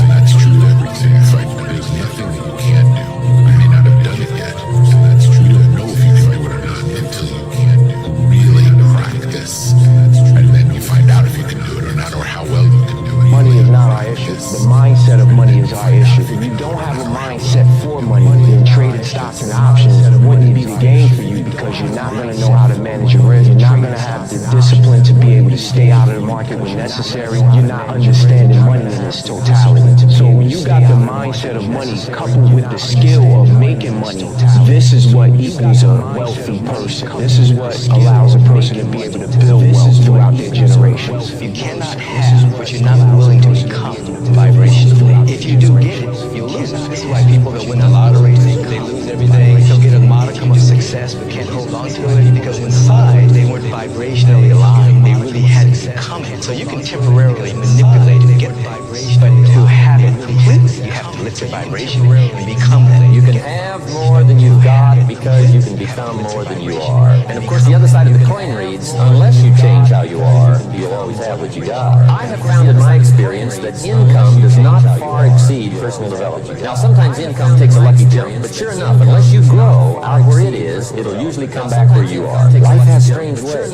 If somebody hands you $1 million, best you become a millionaire quickly, so you get to keep the money. Otherwise, sure enough, it'll disappear. Somebody once said, if you took all the money in the world, divided it up equally among everybody, it would soon all be back in the same pockets. Incredible. Money does not exist. Did you know that? I learned that years ago from a very wealthy man. I was free from money that day. He says money is an idea. It's in your head. It's an idea. You are supposed to work for purpose, not money. If you find your purpose, money will find you. If you're not in your purpose, you haven't found your purpose, you're still working for money. Money's your boss. Think and grow rich. If you can focus on building something for you, your life will be way better. So I started down that journey because at the end of the day, thoughts are things. What you think about truly becomes your reality. One of the most magnificent things that I've discovered in the 46 years I've been on this earth is that genuinely, whatever reality you create in your mind, you can eventually walk towards and exist it. That's amazing because I believe we're creating. I believe that we can co-create. A lot of people think that's the hocus pocus. But like my mentor said, he said, no, it's hocus focus. Wow. Focus on it, for real. Really focus on a particular destination that you want to get to, and that you're willing to put in the work every day, consistently, eventually you get there. You're willing to put in the work every day, consistently. Everything is possible in life when you believe. When you believe, everything is possible. What come out your mouth is what's gonna come back to you. It's the law of attraction. All men are dogs. You finna meet all of them. I never get nobody. You're not. I can't lose this weight. You sure ain't. I'm gonna get fit this year. Strong possibility. I'll never be rich. Promise you. I'm gonna be rich one day. Strong possibility. That's how it works, man. It is the law of attraction. The moment you say it, you begin to change. It's the process. If you think big, you'll be big. If you think small, you'll be small. A negative mental attitude can bring you nothing but failure. Remember always, you are where you are and what you are because of your mental attitude in which you relate yourself to other people. Remember also, your mental attitude is the one and the only thing over which you have complete control. Success is something which has to be claimed, and success is something which has to be earned. Anything that you can hold in your mind on a continuing basis, you can be, have, or do. You will become what you think about. Your only job is to make a very, very clear decision about the person you want to be, the things that you want to have, the goals that you want to accomplish, and then make sure that you feed your mind continuously, day by day, week by week, hour by hour, with words, pictures, images, ideas, thoughts, and information consistent with your goals and your ideals. You cannot have wealth in your material world until you first visualize the wealth in your mind. If you get a picture of what you really want, then it's just a matter of time until you have it. You keep reminding yourself that you have tremendous reservoirs of potential within you, and therefore you are quite capable of doing anything you set your mind to. You really can. All you must do is figure out how you can do it, not whether you can or not. About 5 years ago, I met a wise and wealthy man who spent his entire life studying success, and he'd reached a clear conclusion concerning the reason for success in life and especially in business. He's dead now, but I'll never forget what he told me. He said the key to success was to set a goal and then to stay with it until you achieve success in at least one important thing. He said that your subconscious mind will then accept that success experience and store it as a pattern, like a template. And then from then on, your subconscious will drive you and direct you and guide you to repeat the pattern of success in other things that you attempt. Another way of saying it is that nothing succeeds like success. Psychologists have demonstrated that achievement brings you a natural high. Once you've experienced your first great success, not only will you unconsciously program to repeat it, but nothing else will ever give you the same wonderful sense of satisfaction. Don't ever let somebody tell you you can't do something. Not even me. Don't ever let somebody, you got a dream, you got to protect it. People can't do something themselves. They want to tell you you can't do it. You want something, go get it. Do something themselves, period. They want to tell you you can't do it. When you realize how powerful your mind is, you can create anything you want. This is the goal, the main thing of being alive is learning how to create. And now when the veil is thinning, we're moving into this new earth, we're into the shifting, we're bringing all these abilities back. This is what you're supposed to learn how to do. This is your movie.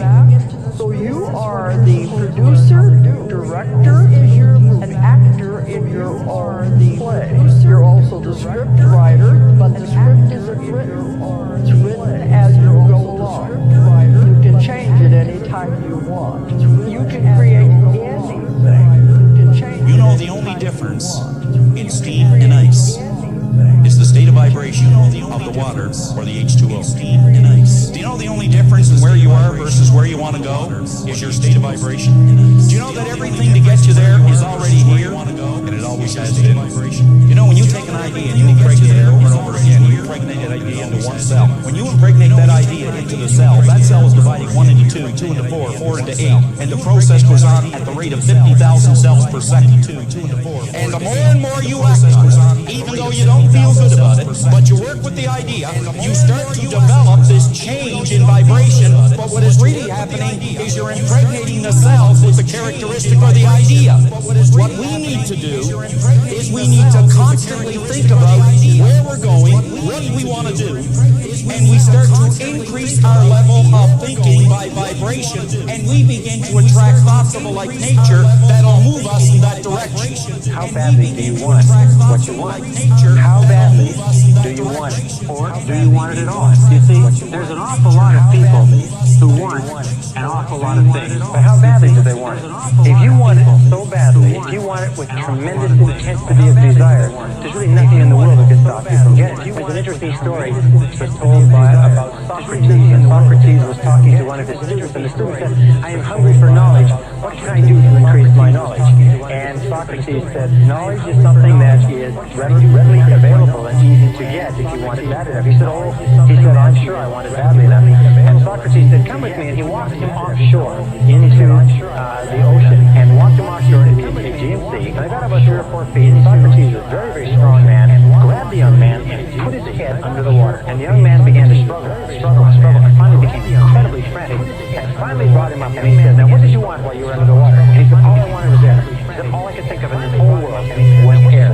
He said, when you want knowledge with the same intensity that you wanted that oxygen, you will get all the knowledge desire. And when you want anything with great intensity, if you have the desire, you'll get it. And when you want This is the millionaire mindset. Subconscious mind hears what you tell it to hear and sees what you make it see. For example, if you're constantly thinking, I'm tired of being broke, your subconscious mind will prove you right. It hears, I'm tired of being broke, and it works all day and night to make it true. Your words are spells. That's why you spell words. They're magical. Your tongue can slay you. Hold it if you don't know how to use it.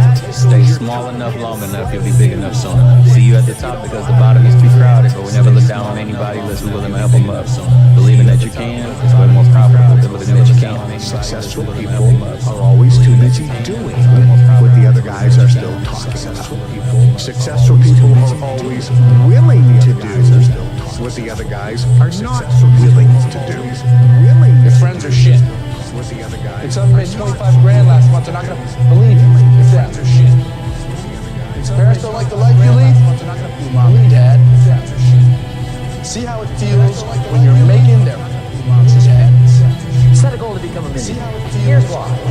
For what it will make of you to achieve it. Here's why.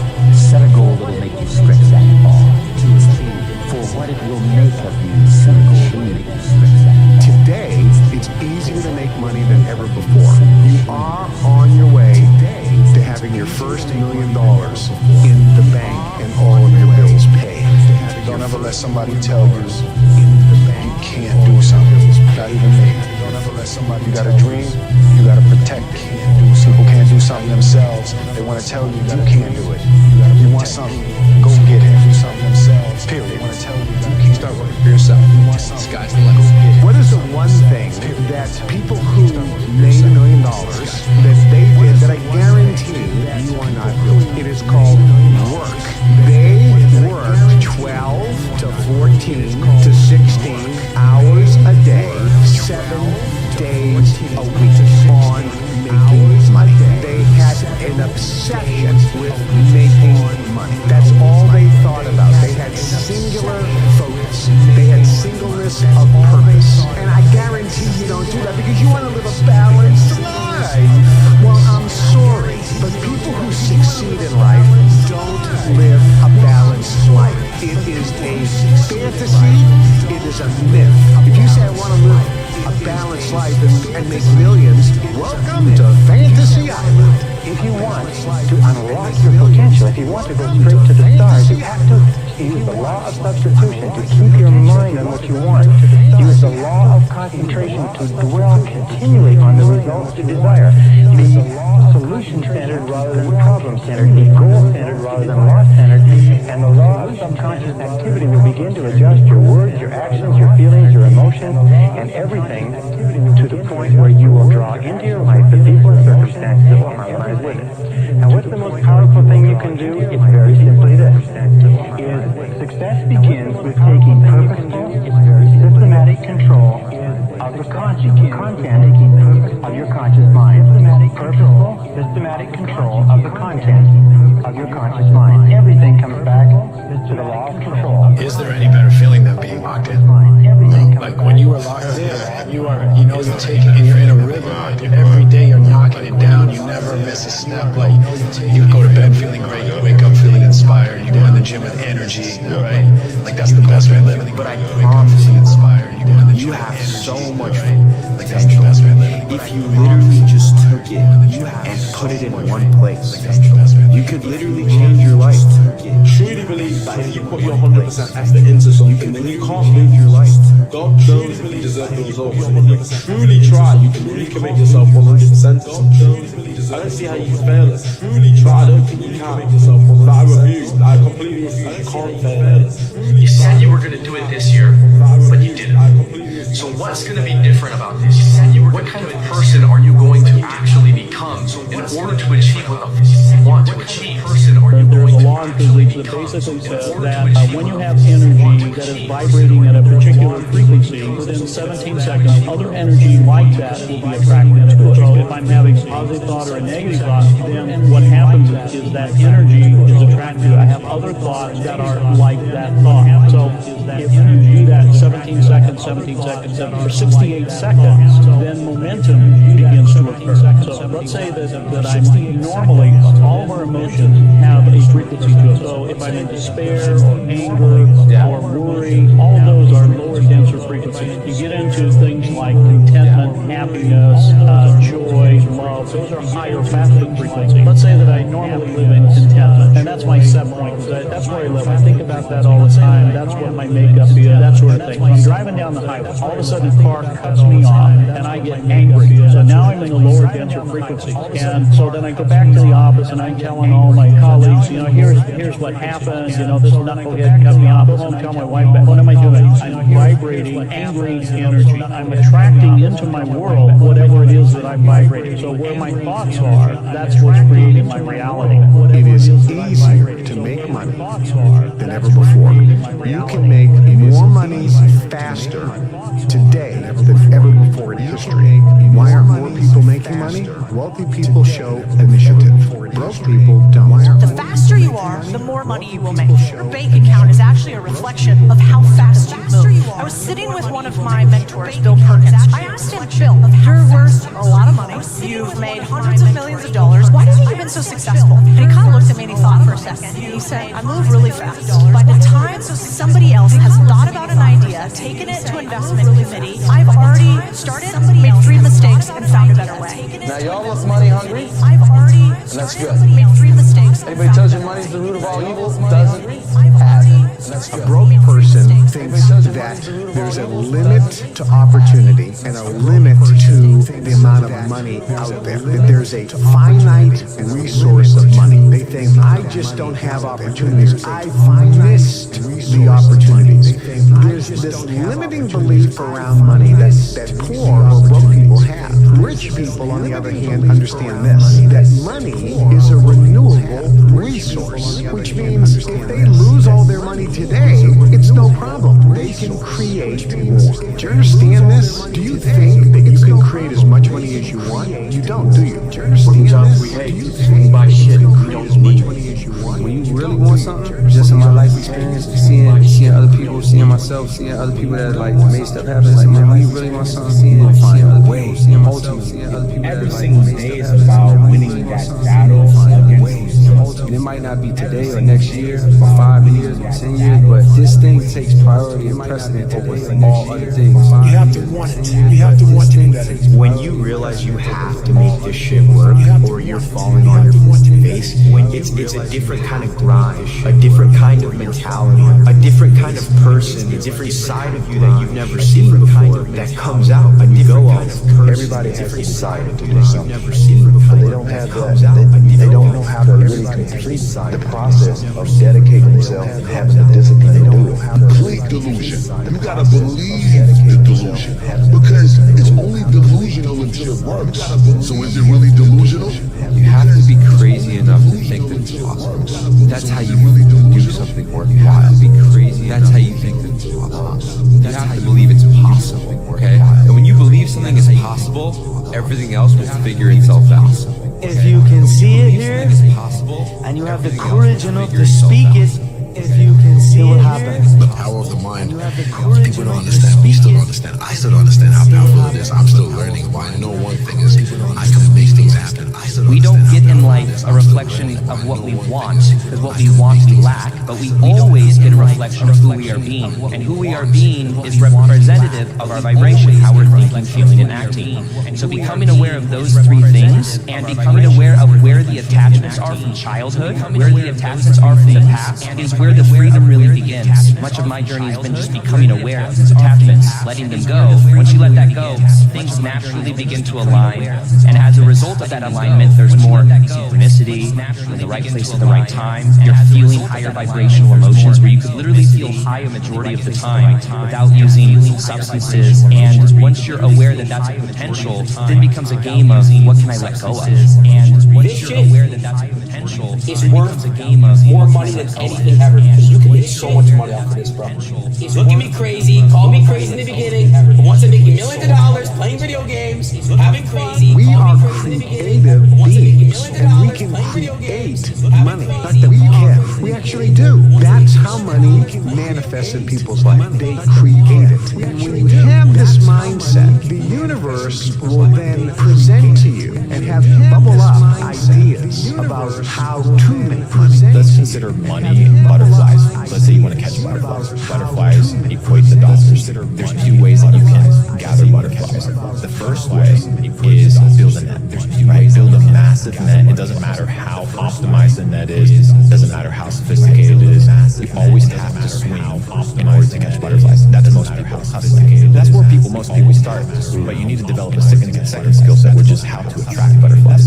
How do you attract butterflies? By building a garden.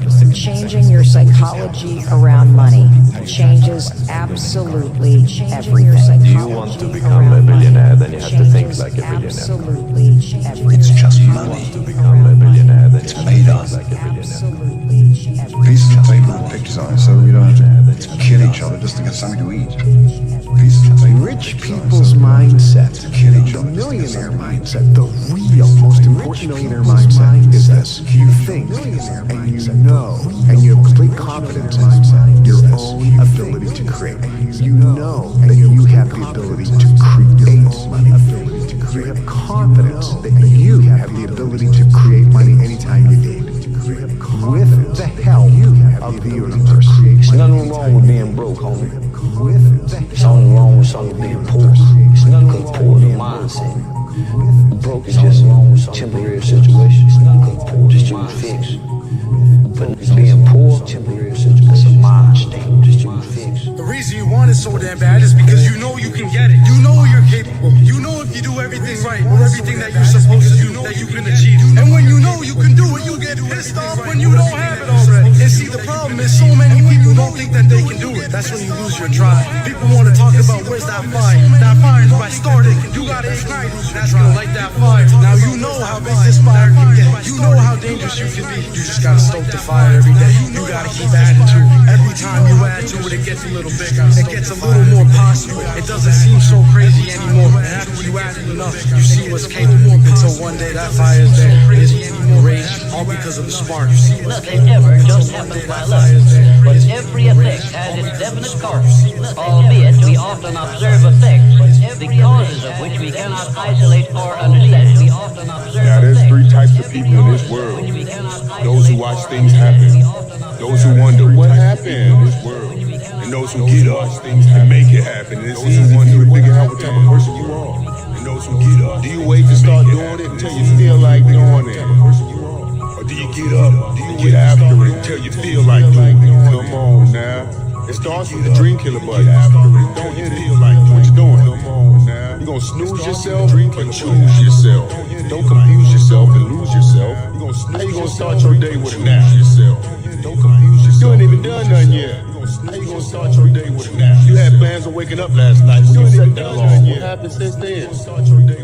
Your dreams got smaller, so you stay in your bed. What happened since then? Your life is less important than the excuses in your head. You stay in your bed, your dreams stay in your head. Your life is less important instead of what you said last night when that alarm was set. The reason you don't have more money in your life is because you settle for mediocrity. Because money is a frequency, it's an energy, it's a vibration. So when you readily accept lower quality food, what you're saying to the universe is, universe, I happily accept the lowest quality for the most important thing of my life, my body. Please, universe, don't send me more money because I am happy with less than what is ultimately available.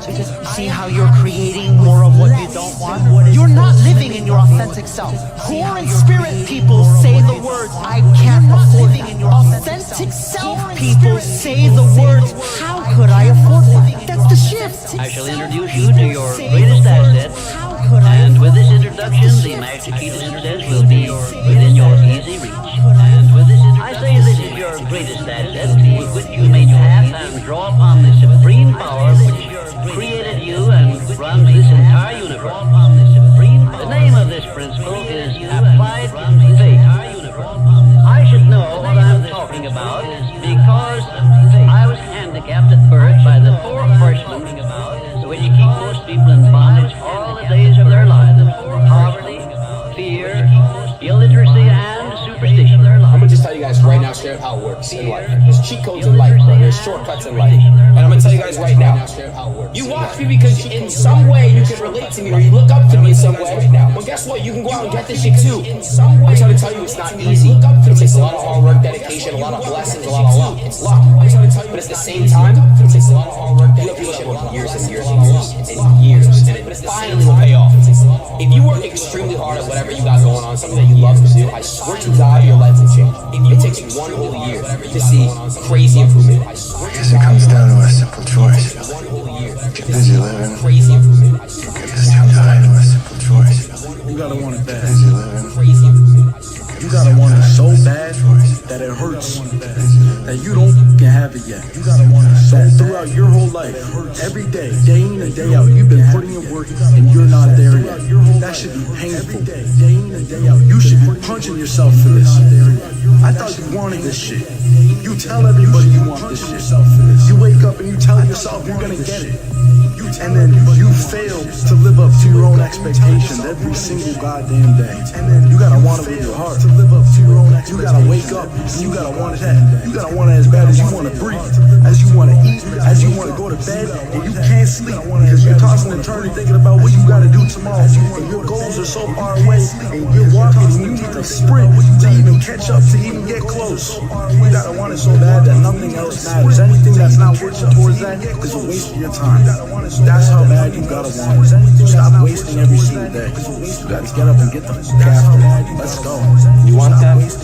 Not a problem. But let's learn the formula of how to create, right? So then you'd have to feel those emotions before the experience occurred. And if you understood that you could dissociate all of your attention from this three-dimensional reality and have no attention on anything known, and understand it's the field that creates matter, not matter that emits the field, and if you could get to that place and change your energy with a clear intention and elevated emotion, your heart starts beating in this beautiful rhythm like a drum. We've measured it so many times. When that occurs, the next thing that happens, the heart informs the brain. It's safe to create.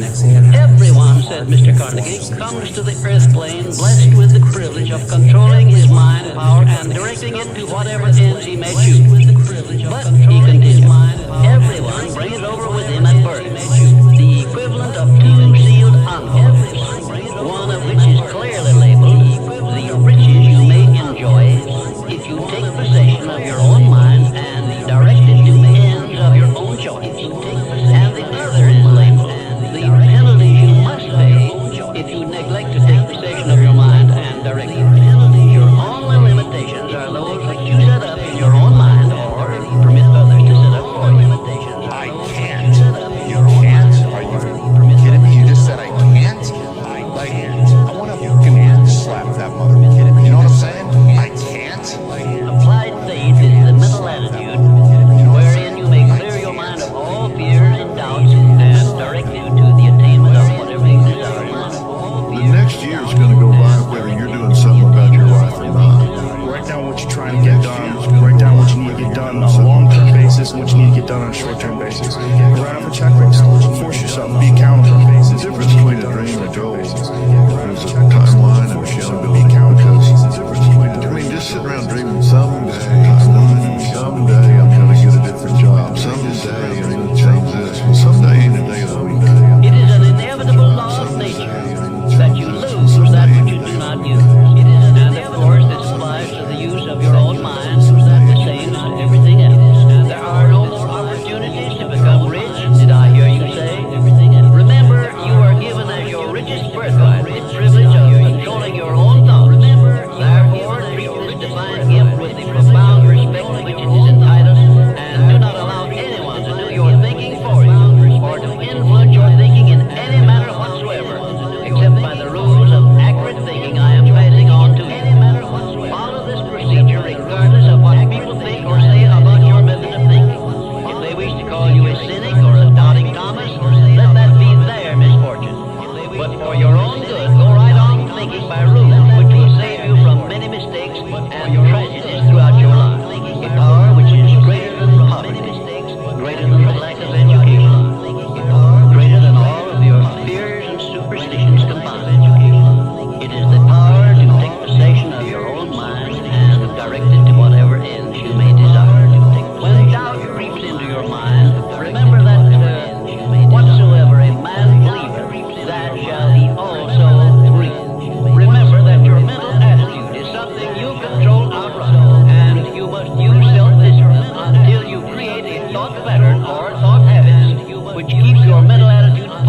at all times.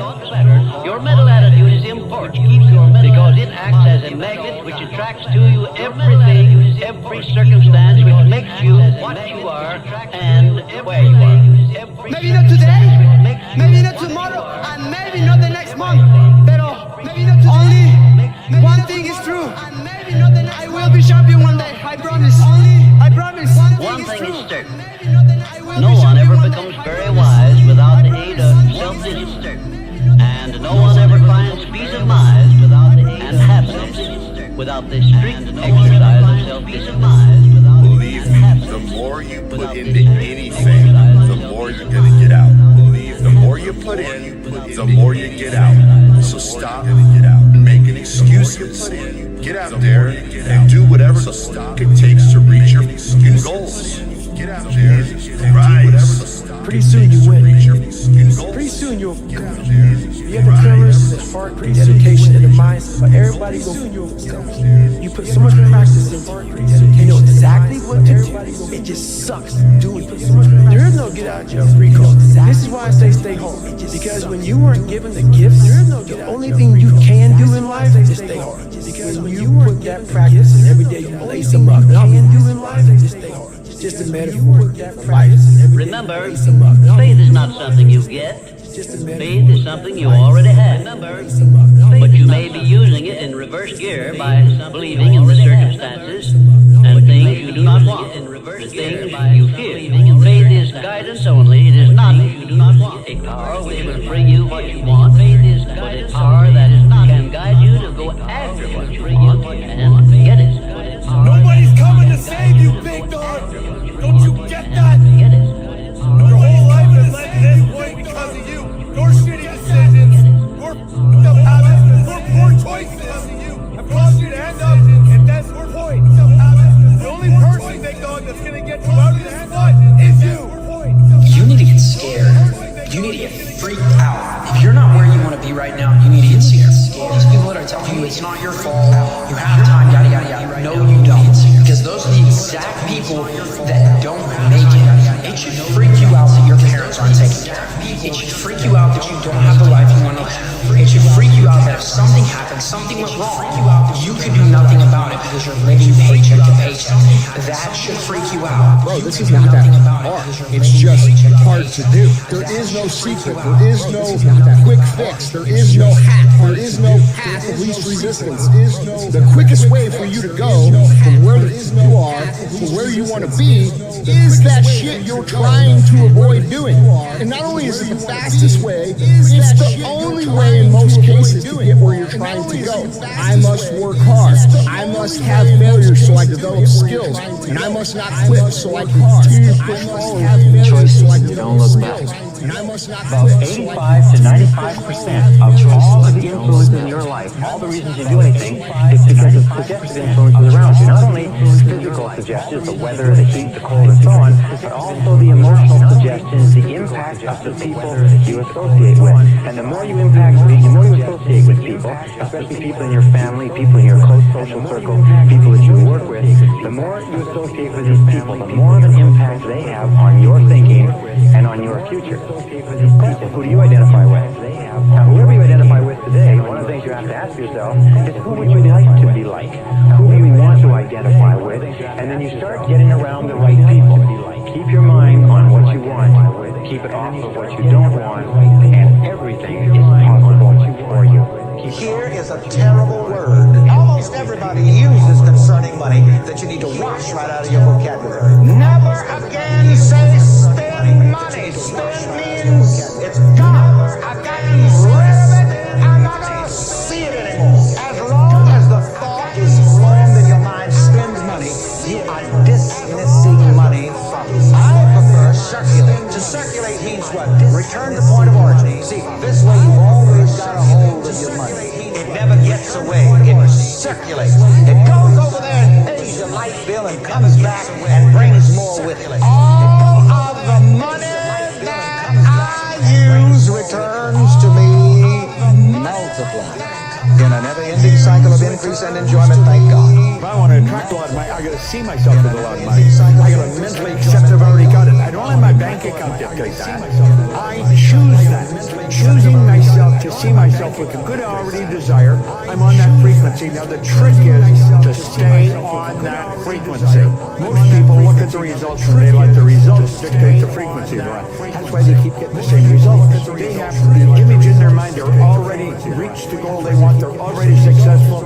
And somebody else comes along and says, well, you haven't got those results. In my mind, I have. But they're not looking in my mind, they're looking at my present results. And then pretty soon I start listening to them. I think, God, they're right. I look at my results, I haven't got it. You see why we keep getting the same poor result? You've got to see yourself with the good you desire. You've got to hold that image in your mind. You've got to know it's going to come. One of the fastest ways to create something in your physical reality is to reverse the normal process by which we create things. Usually we create things first by thinking about it. I think I'll go to that party. And then we say something about it, as in the drug. I'm coming to your party. And then we do something about it, as in showing up at the party. Here I am. Just as I said I would do something about it. I fucked the thought this morning. Here I am. That's generally how we produce things in our reality. In fact, everything in this room was once a thought. That's in someone's mind. There was nothing that was not once a thought in someone's mind somewhere. But it's really tricks of the universe and create magic with the stuff of life itself. Reverse the thought and word deed paradigm. Turn it upside down and start with the deed. That is to say, act as if you want to experience abundance, be abundant and do as abundance does. Therefore, if you have only $5 left to your name, go to a store and get them transferred, made into singles. Take 5 singles and walk down the street and give a single to each of 5 people who have something less than you do. By the way, you will find those people very easily. It's crazy because I used to tell myself before so big thing, like, I'm gonna be a millionaire, like, on my own. Like, I used to, like, going, like, not even hype, like, thoughts for hours, like, if I had money, like, what I do this. And it's crazy because now it's like, that's my life. It's scary, what I do this. I remember, like, being on the train going to school, like, I'm gonna be a millionaire, I'm gonna have a car, I'm gonna be driving down that street, like, see myself. Then I asked going to school, like, came and did, like, have a crazy. There is all the money that everybody needs and wants waiting there for them. The way you feel about money is highly uncorrelated to how much you've got in the bank. You have to change the way you think. The number one thing that's keeping you poor is your mouth, what you say. You see, what you say is what you get. Your tongue is a creative force. Words have power, more power than you could ever imagine. Every word that comes out of your mouth has 100 to 1,000 times more power than a thought. If you believe that what you say will happen, you will get whatever you say. Listen to me, rich people think differently. So what I'm gonna put in your head today is a rich people concept, so you can get to understand it. The only difference between successful people and not is just how they think. So you can get to understand it. The only difference. Quit letting people tell you you gotta get qualified in another program. You don't need another program to be successful. You need to change the way you think. You don't need another program to be successful. Write it down, dude, and fire and wire those thoughts in your brain. Install the hardware. Keep doing it with attention and intention. It becomes the new voice in your head. It becomes a software program. Then say, okay, how am I going to be in my life today? What would an abundant person, how would they behave? And before you reach for your cell phone or start scrolling through your social media, close your eyes before you rehearse yourself how that person would walk, how they would breathe, how they would smile, how they would greet people, how they would be on Zoom calls, how would they be in traffic, how would they be at dinner, how they would greet, and the act of closing your eyes, mentally rehearsing the act. If you're truly present, the brain does not know the difference between the real life experience and what you're imagining. Say no to the paycheck. Paycheck make you poor because they make slave minds, not a master mindset. Make up your mind. That's this idea of you got to be realistic, that you got to be logical, is a bunch of nonsense. You don't have to be logical at all. I've been totally illogical many times. And it's a lot of times. I've been totally illogical. When you speak of your poverty and lack of education, you are simply directing your mind power to attract these undesirable circumstances, because it is true that whatever your mind feeds upon, your mind attracts to you. Now you see why it is important that you recognize that all success begins with definite purpose, with a clear picture in your mind of precisely what you want from life. You are on your way to making your fortune. You can do it. You have greatness within you. Remember, you were born to win. You are engineered for success. You were designed for accomplishment, and you were endowed with the success. Do you want to become a billionaire? Then you have to think like a billionaire. Billionaires do not think about pennies and cents and dollars. They think big, and they think of ways of getting there, not of ways of not getting there. There is all the money that everybody needs and wants waiting there for them. And there's only one reason it's not in their lives, and that's because they're stopping it from coming into them. And there's only one reason it's not in their lives, and that's by thinking we don't have enough, by thinking we don't deserve it, by maybe being programmed the way you were, that my family didn't have very much, I'm destined to not have very much, kind of born on the wrong side of the tracks kind of thing. All of those thoughts, to believe that we only get money through our job. If you believe that that's the only way you're going to get money, that's the only way that you're going to get money. But you can get money from unlimited different ways. If you decide you want to be rich, all you gotta do is start. If you decide, why not want to be rich? Who gonna stop it?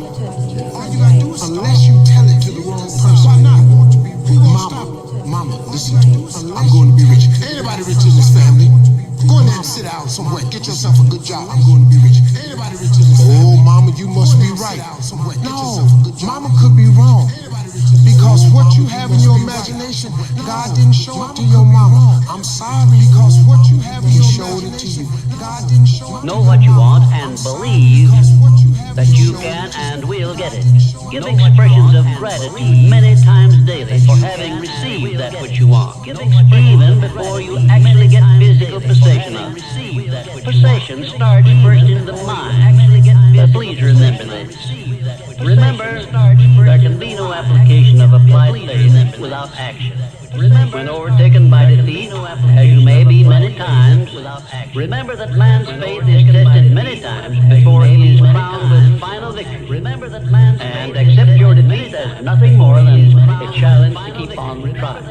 But I'm starting to realize, bro, when you dance to your own rhythm, when you play by your own rules, and you live through your vision, that's a perfect indication you're doing it correct. Because they literally don't see what you see. They don't see it. They don't see what you see. They don't see as far as you see, and they don't understand why you see what you see. They don't even understand where it's coming from internally. They don't. I didn't get that back then. I just knew I had the desires for more. I knew I had a vision that I couldn't ignore. I just knew I had the There is no end to what you're capable of doing. Once you get into this vibration, you'll start attracting things. Opportunity is just going to pop up everywhere you go. Delayed gratification, which means putting off enjoying the fruits of your labor for a period of time. It's temporary, so that you're focused in on what you're doing. This is the one thing that people always did, that people that are not successful don't do. They're obsessed with making money. They're obsessed with their mission, their purpose, their idea, their project, and it's all they do. It's all they think about. They eat, drink, and sleep. This obsession. They work on it, but it's not work to them. They absolutely love the journey because they understand the journey is actually the reward. What you say is what you get. The tongue is a creative force. What do you say when you talk to yourself? Do you call yourself names, or do you give yourself a pep talk? Wealthy people give people pep talks. If you do these things, you can be on your way to putting $1 million cash in the bank. And I have to tell you, making money today is easier than ever before in history. It's not harder, it's easier. And you get it when you believe it. You get it when you believe you have it. And that's, it's like people still, they sit around going, when's it going to come? When's it going to come? When's it going to come? When's it going to come? And that's the wrong way. You have to go, when's it going to come? When's it going to come? The person who's living in lack is waiting for their wealth to feel abundant. They're waiting for their success to feel empowered. They're waiting for their healing to feel gratitude. They're waiting for their new relationship to feel love. They're waiting for their mystical experience to feel awe. That's the Newtonian model of reality, cause and effect. It's waiting for that event to happen to take away this separation or lack. Nothing wrong with it. It's the way most people create. But what we've discovered is actually something else. The moment you feel gratitude, your healing begins. The moment you feel worthy and abundant, you're generating wealth. The moment you're empowered, you are moving towards your success. The moment you're in love with yourself and you're in love with life, you'll create an equal. The moment you are in awe and you're in love with life, you're going to have a mystical experience. And so that's causing an effect. If you want it, don't just think you want it. Go out and want it. But you're not looking like you want it. You look like you're feeling sorry for yourself. And nobody wants anybody that's feeling sorry for themselves. Isn't it strange that so often people have to be cut down by failure and defeat before they learn that they have minds capable of mastering all of their problems? Just remember this about adversity. Nothing is ever so bad or so unpleasant that it may not yield some benefit if we keep a positive mental attitude toward the experience and make it a habit to look for that seed of an equivalent benefit. What is money? Define it. What is money? You go in, you give your time, your energy, your attention towards a task, and you get paid. What is those 15 pounds that you're getting for that hour worth? No, not your time. What is it worth? Where does it come from? Who gives that thing value? It has no value. That money isn't real. So what you need to do is you need to create money. And you create money by elevating the way that you think about finances, the way that you think about business, the way that you think about working. You don't work in order to get a paycheck. You work in order to build things that create money. Your body is so objective that it's believing it's living in that reality where you are abundant. As long as you feel that emotion, you're not separate from it any longer. You're no longer in lack. You're no longer looking for it to occur. Say, why hasn't it happened yet? If you're feeling abundant, why would you look? The longer you're conscious of that energy, if you're feeling abundant, you draw that future to you. Nothing changes that energy in your life until you change that future. Every family deserves to have a winner. I think it should be you. Every family deserves to also have to disconnect, unplug your umbilical cord from the belly button. Average and plug yourself into the mindset of a winner, which is a winner does more than expected every single time, no matter how they feel, no matter the circumstances. A winner shows up every single time, 10x times more than the average person. A winner shows up. A winner has 10x unreasonable expectations of himself. A winner knows that he's destined for greatness. And no matter how many people around him tell him to slow down, be careful, watch out, that's too risky. You don't have the genetics, the DNA, the money, the mind, the brain power for that. A winner locks onto their goals and keeps going. Brain power for that. The reason you want it so damn bad is because you know you can get it. You know you're capable. You know if you do everything right, or everything that you're supposed to do, that you can achieve. And when you know you can do it, you get pissed off when you don't have it already. And see, the problem is so many people don't think that they can do it. That's when you lose your drive. People want to talk about where's that fire. That fire is by starting. You got to ignite it. That's going to light that fire. Now you know how big this fire can get. You know how dangerous you can be. You just got to stoke the fire every day. You got to keep adding to it. Every time you add to it, it gets a little bigger. It gets a little more possible. It doesn't seem so crazy anymore. And after you add it enough, you see what's capable. Until one day that fire is there and it's erased all because of a spark.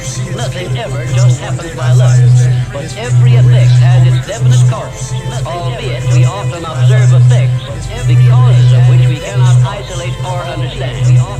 Now there's three types of people in this world. Those who watch things happen, those who wonder what happened in this world, and those who get up and make it happen. And it's easy for you to figure out what type of person you are. And those who get up, do you wait to start doing it until you feel like doing it? Or do you get up? Do you get after it until you feel like doing it? Come on now. It starts with the dream killer button. Don't feel like what you're doing. You're gonna snooze yourself or choose yourself. Don't confuse yourself and lose yourself. How you gonna start your day with a nap? Don't confuse yourself. You ain't even done nothing yet. How you gonna start your day with a nap? You had plans of waking up last night, so you set that alarm. What happened since then?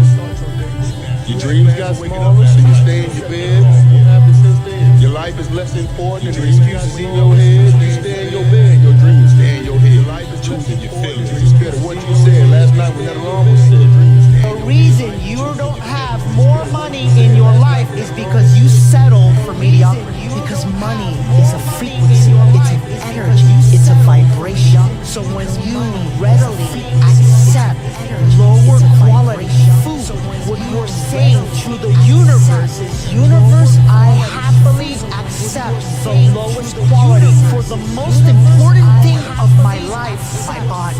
Please, universe, don't send me more money because I am happy with less than what is ultimately available to me. See how you're creating more of what you don't want? You're not living in your authentic self. Core and spirit people say the word, I can't afford it. Authentic self people say the word, how could I afford it? That's the shift. I shall introduce you to your greatest asset, and with this introduction, the master key to success will be within your easy reach. And with this, I say this is your greatest asset, with which you may tap and draw upon the supreme power which created you and runs this entire universe. The name of this principle is applied faith.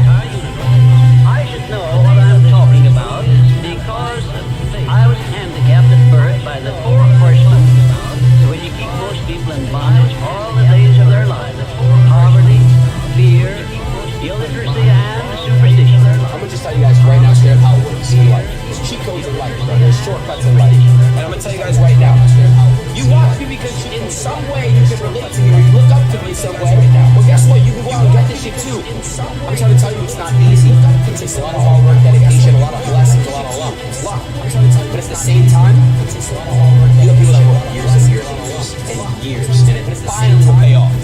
If you work extremely hard at whatever you got going on, something that you love to do, I swear to God, your life will change. It takes 1 whole year to see crazy improvement. I guess it comes down to a simple choice. 1 whole year. Get busy living. Crazy improvement. I guess it comes down to a simple choice. You gotta want it bad. Busy living. Crazy improvement. You gotta want it so bad that it hurts, that you don't can have it yet. You gotta want it so throughout your whole life, every day, day in and day out, you've been putting in work and you're not there yet. That should be painful. Day in and day out, you should be punching yourself for this. I thought you wanted this shit. You tell everybody you want this shit. You wake up and you tell yourself you're gonna get it. And then you fail to live up to your own expectations every single goddamn day. And then you gotta want it with your heart. You gotta wake up and you gotta want it. You gotta want it as bad as you wanna breathe, as you wanna eat, as you wanna go to bed, and you can't sleep because you're tossing and turning thinking about what you gotta do tomorrow. And your goals are so far away, and you're walking and you need to sprint to even catch up, to even get close. You gotta want it so bad that nothing else matters. Anything that's not working towards that is a waste of your time. That's how bad you gotta want it. So stop wasting every single day. You gotta get up and get the fuck after it. Let's go. You want that? Not a problem. But let's learn the formula of how to create, right? So then, not a problem. You'd have to feel those emotions, right? Before the experience occurred. And you have understood that you could dissociate all of your attention from this three-dimensional reality. And have no attention on anything known. And understand this field that creates matter, not matter that emits the field. And if you could get to that place and change your energy with a clear intention and elevated emotion, your heart starts beating. This beautiful rhythm like a drum. We've measured it so many times. When that occurs, the next thing that happens, the heart informs the brain. It's safe to create. What would be the outcome? The experiment of being abundant would be that you would have to feel that feeling. You're so good at doing it with your eyes closed. Would be that you got to do it with your eyes open. Now why? Because if you're feeling the feelings of your emotions of your future, you're no longer looking for them. You can do whatever you make up your mind to do. Believe, and you shall receive. Will you please remember that your life is exactly what you make it by your own mental action. Remember that your life is exactly what you make it. You do not have to be the smartest cat in town to earn a lot of money. A As a matter of fact, you can be pretty dumb and earn a lot of money. I was pretty dumb and I was earning a lot of money. So when people tell me you got to be smart to earn a lot of money, I know that's not true because I knew I wasn't very smart. I was earning a lot of money. If you complain about money, if you judge people who have it, if you rush when you're in lack, if you cheat when you don't have what you need, an abundant person doesn't do that. You gotta look at that and say, I gotta break these habits. Oh my God, if I truly want to be abundant, I can't act this way. Here's the big one. Oh my God, if I truly want to be abundant, if I truly want to be a new personality that's in a new personal reality, I can't take lack with me. I can't take unworthiness. I can't take the story that goes along with it with my parents or my grandparents or my ex or whatever goes along with it. That story has to end. When people look at the money that they're making and then the amount of effort that it takes them to make that money, they're like, you know what, at least I worked hard for my money. Bro, money gets printed out of thin air. You need to figure out how to make as much of it for the least amount of effort as possible. Why? Because there's dudes out there that are printing it. I don't think you understand. They're literally printing it. Why? Because printing it and you're out here working for it, slaving away. So you need to ask yourself, how can I get as much money as possible for the least amount of effort? So you need to start a business. You need to be able to understand how to arbitrage. You need to learn how to sell. You need to learn how to market. These basic skills, because the assumption that you're going to find security in a job is a fallacy. They can fire you for any of a million reasons tomorrow. Your skills are what's going to determine if you stay afloat or not. If you have the ability to make money, the job doesn't count. The idea of having a side hustle that you're not actually fully invested doesn't count. You need to be focused on making money. Money is the name of the game. You have to take care of it. You are a creative force. Get the millionaire mindset. If you don't have the millionaire mindset, that money is a renewable resource and that you can create, and it is God, the universe, which is the source of your supply, that gives you the power to get right. If you don't have that mindset, then you're going to have a struggle. You're making your first million and making any large amounts of money. Money is a renewable resource. You can create money. Now let me give you a description of the one thing which represents the main difference between a successful person and a failure. Please listen carefully. Think for yourself as I speak, because failure to recognize the truth I am about to give you is the starting point of most failure to recognize. Successful people in all occupations, all professions, and all callings have one trait which distinguishes them from the failures. It is their capacity for belief. The failures see the hole in the donut, but do not see the donut around the hole.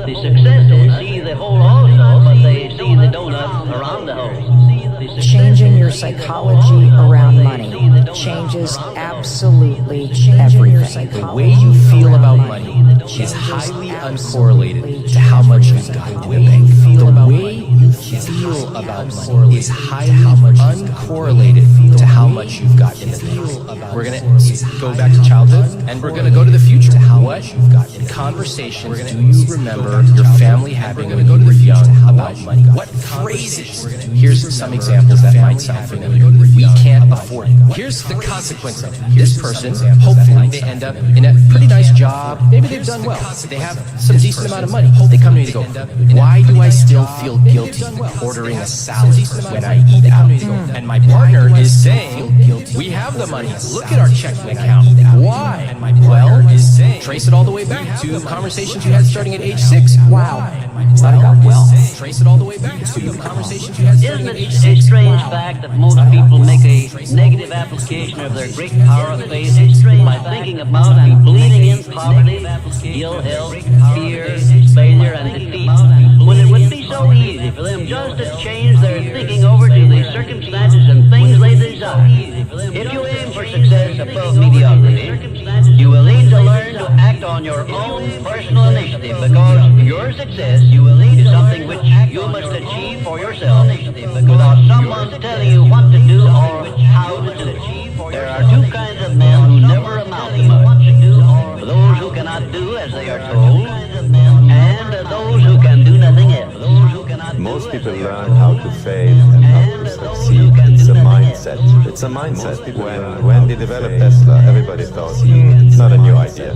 But they were persistent, they were convincing, and they could see something that most people did not see. The same thing with Google, the same thing with Apple. They were providing something that people were looking for, but they did not know how to put it together. So if you want to be a billionaire, you have to start thinking what will work, and not only what will fail. Billionaires look at their experience and say, this did not work, what can I learn from it? You have to change the way you think about it. There's been many periods in my life that I've had internal growth, which was this: work, no results, but I'm a little bit better. Which was this: work, no results, but I'm a little bit better.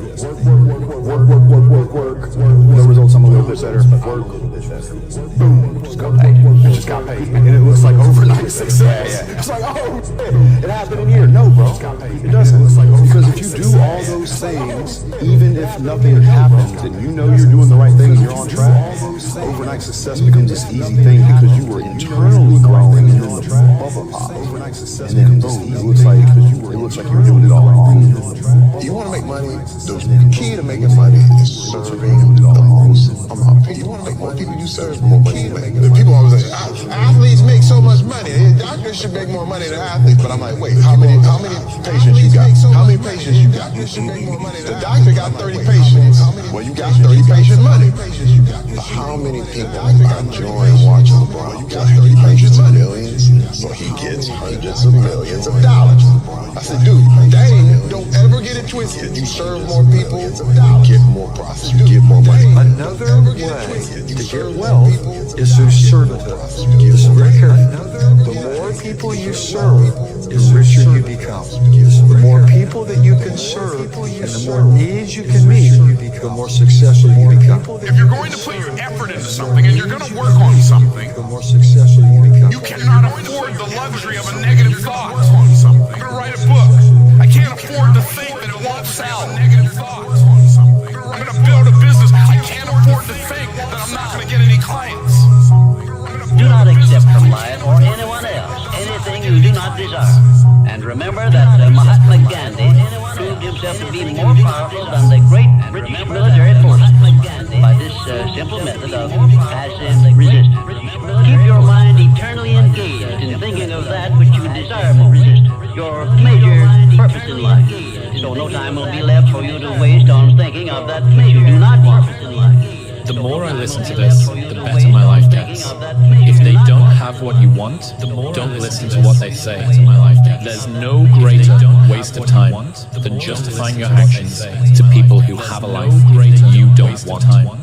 Write out this sentence and paste it in a prominent place where you work and on a mirror where you see yourself in your home. Whatever the mind can conceive and believe, the mind can achieve.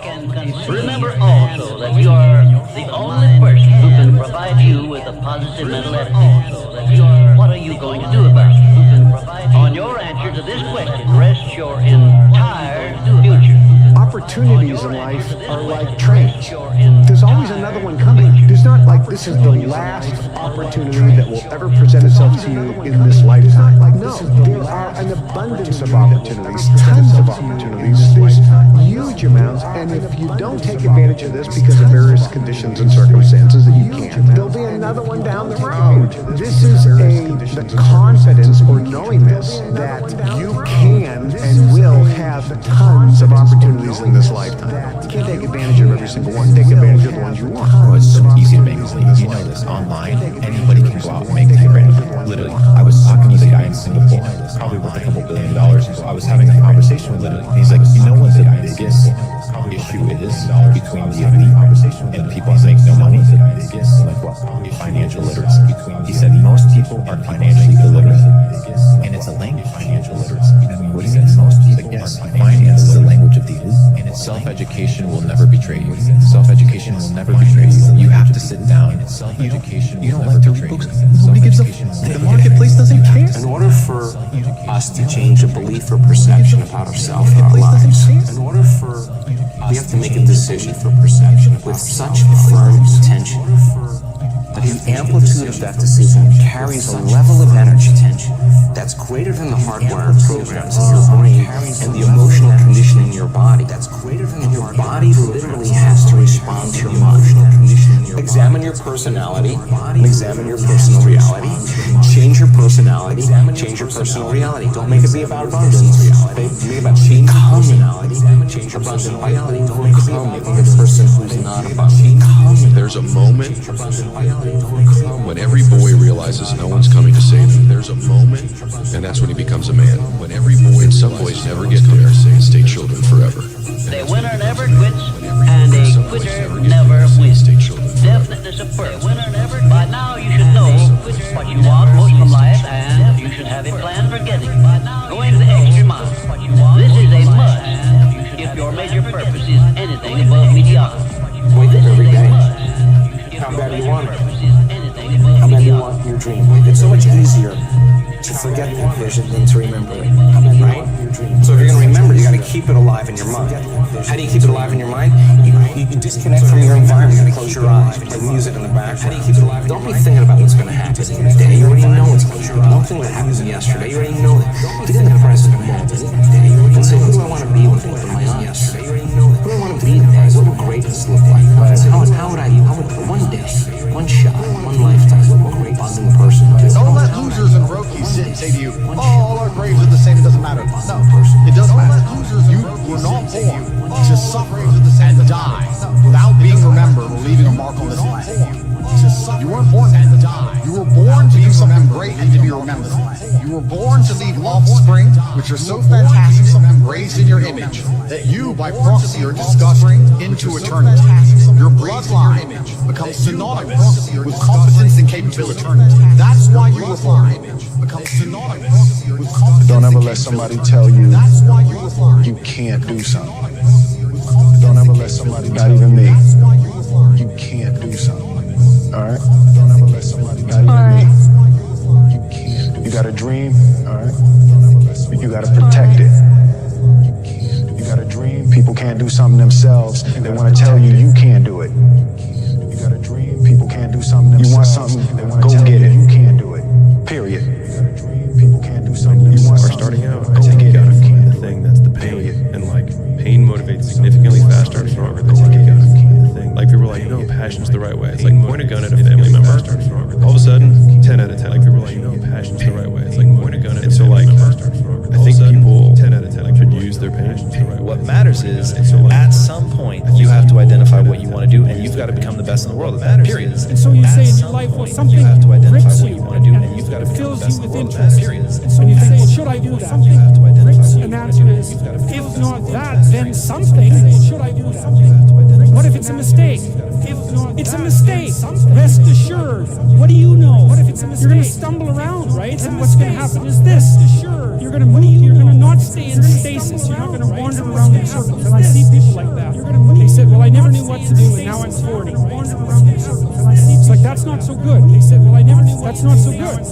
And you might say, well, and there is a literature too that suggests that people are a lot more unhappy when they look back at their lives about the things they didn't do than they are about the mistakes they made while they were doing things. About the things they did. We have these idealized versions of purpose that I think Instagram and all this stuff kind of make terrible. But like, I think there's a lot of honor in work. Period. I think a lot of people fool themselves. I think there's a lot of honor in work, and it's not. Period. I think a lot of people if you build fool themselves. I think there's a lot of honor. You're building the muscle either way. You're either building the muscle that says I do what I say. Either way, you're either building the muscle keep the commitments that I make, or you're building the muscle that says I make keep the commitment. I don't do what I say. I can't be counted on. Right.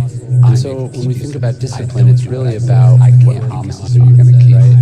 And the tricky thing is you're keeping promises to yourself that nobody even knows that you made, right? It's not like, hey, you made this commitment. If I don't write this book by this time, like, hey, you made this commitment. If I don't know that you made, you know, I have to do this embarrassing thing, or, you know, that I'll retire. You know, they're not really putting your ass on the line in that sense.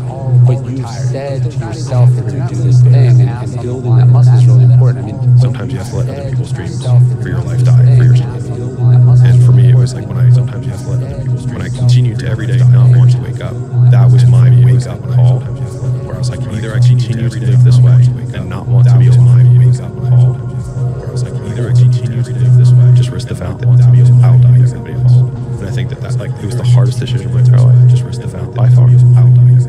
all the hard stuff like that, like still the hardest decision in my entire life. Is your foundation and your fundamental principles so strong that is your foundation? If this thing was to go away, so strong that could you still create happiness and success all over again? If your foundation and principles are extremely strong, no matter what endeavor it is, you look at the most successful people in business and everything else. They've gone to do multiple things and everything else that have allowed them to create different levels of happiness within that confined circle. Different levels of happiness. Michael had basketball. Then he had the shoe brand. Now he's got other endeavors he's involved in. A lot of philanthropy things. The competitive nature doesn't stop, and everybody thinks you can only be happy with one certain aspect in your life. You can create happiness in multiple things in your life, and if it gets to a point where it is burning you out, that means it's time for you that you are no longer obsessed with that thing anymore, and it's time for you to become obsessed with something else. So my obsession became that humans are the ultimate adaptation machine. We are literally wired from the ground up in order to grow and improve under stress and pressure. So it's like, what's the phrase? Pressure can burst pipes, but it also creates diamonds. So it's like you need the pressure. And yes, it can hurt, but it can also make something amazing if you're willing to put yourself in that situation. So it's a weird twist of fate that humans, in order to build muscle, you first have to tear it, right? So, but once you accept that that's how it works, you can do extraordinary things, right? It's satirical in the ironics, and the troublemaker, the comedian, the fool. The fool is the precursor to the same troublemaker. Why? Because you're a fool when you start something new. And so if you're not willing to be a fool, then you'll never start anything new. And if you never start anything new, then you won't develop. And so if you're not willing, the willingness to be a fool is the precursor to transformation. And that's the same as humility. And so if you're going to write your destiny, you can do a bad first job. And you're going to get smarter as you move forward. They really want what they want, and they really end up getting what they want because they have to have it. They're obsessed about it. And anytime they're obsessed about it, they start figuring out creative ways to get what they want. And anytime, if it's a girl, if it's a business, if it's a physician, if it's a certain success, if it's accolades, if it's a certain place they want to be, if it's a certain lifestyle they want, they're gonna figure out a way to get it because they're obsessive. They have to have it. They're just wired that way. I was saying what I said earlier about like, I believe these things to be true about the universe for the world. But a lot of those are like, what do I believe about myself? Which is like, I can choose to do work in this way, so then I can derive joy from about myself. So like, if I'm struggling with shit, I can choose to be like, I will be the best shit job because I believe that I will figure out how to do this more efficiently, and I will, I will get better, and I'll have calluses on my hands, and I'll have a better back, whatever. But I will do this. I will get better, and I'll have calluses on my hands, and I'll have a better back, whatever. You can find joy. I will decide to. I will get better, and going back to the only belief that matters, you said it's the way you act is ultimately all that matters, and the way you act follows what you allow yourself to believe. Maybe a better way to say it is what you choose to believe, and the way you act. So if you choose to believe that your energy and efforts will result in more skill set, then you will actually put energy and effort into getting that energy and actually will result in more skill set. But if you think, well, my talent and intelligence are fixed, so no matter how much I work, I'm never going to get better, right? If you don't think that putting time and energy into it will yield how much I work, you won't put time and energy into it, and you thusly won't get the skills. So, and if you don't have the skills, then you can't do the things other people can do, and so people just get stuck because they don't have the only belief that matters. So they don't put the time and energy, and so that's like where everything starts. Are you putting the time and energy into getting better? Yes. Where everything starts. Are you putting the time and energy into getting better? It's time to stay focused. It's time to decide clubs. It's time to party focus. Trying to fit in and socialize. Club, rub elbows with everybody so people can stop calling you weird. Why are you so antisocial? Because I'm trying to get it. Why are you staying on the basketball court so much? Because I'm trying to get it. Why are you out there practicing in the hot sun when ain't nobody else out there? Because I'm trying to get it. Why are you not clubbing? Like every time I text you and invite you to go do something fun and cool, you always study because I'm trying to get it. I'm just thinking how funny it is where I'm going to be tomorrow morning and my competition still drinking down their fears and they're trying to escape the current reality, Friday night parties. So they go out there and party it up and everything else. You find some relief from the stressful life they live in. That's a full temporary relief. I'm working tonight for a permanent relief. That's why I laugh.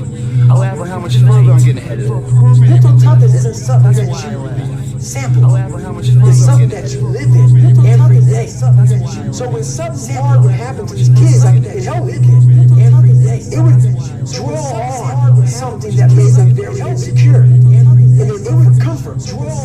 Whenever hardness comes, and you know what it is. It may be different for you than it is for me, but you go back to your insecurities. It may be different for you. And then when you go back to your insecurities, you then look for comfort within those insecurities. And we all go back to that cookie that your mom used to give you when you were sad, when you were sick. We look for our wife or our husband. We look for comfort when you were sick. It's in those moments you must retrain your mind to think differently. What if I told you this was the last Monday morning of your life? How do you stay driven? I'm going to ask you a question. How don't you stay last Monday morning of your life? Let me get this right. You won the lotto of the universe, which is you are a human being on Earth, and you're not driven, and you're not fired up, and you're not going for it, and you're willing to sit like a lump and just wait till you die. You suck. It gets harder for anybody that's living and breathing. So no matter what you do, that's living. You gotta keep and breathing. So no matter what you do, strong in the trenches. You don't know where you're going. You're lost. You know what I mean? You have no direction. So for me, I feel like both of them together. When you really had the vision, I feel like to manifest. But then you also put the work in. Magic happens. Magic. That's where the magic is. But you also put a lot of people never get there. We're blessed that we can dream. I gotta get stronger. I gotta train differently. The weight training program that I'm doing, I gotta get stronger. Tailor it. I gotta train 82 games weight training program so that when the playoffs come around, my legs are stronger and that ball gets there. So I look at it with rationale. My legs are strong. The reason why I shot air balls is because my legs aren't there. Next year they'll be there. That was the reason why I shot air balls. Where are your values behind the scenes? What do your habits look like behind the scenes? Come on, what kind of work are you putting in behind the scenes? Come on, drop down and give me 50. Come on, write it again. Come on, believe it again. Come on, sing again, record the song again. Come on, I'm talking to that athlete. I'm talking to that musician. Come on,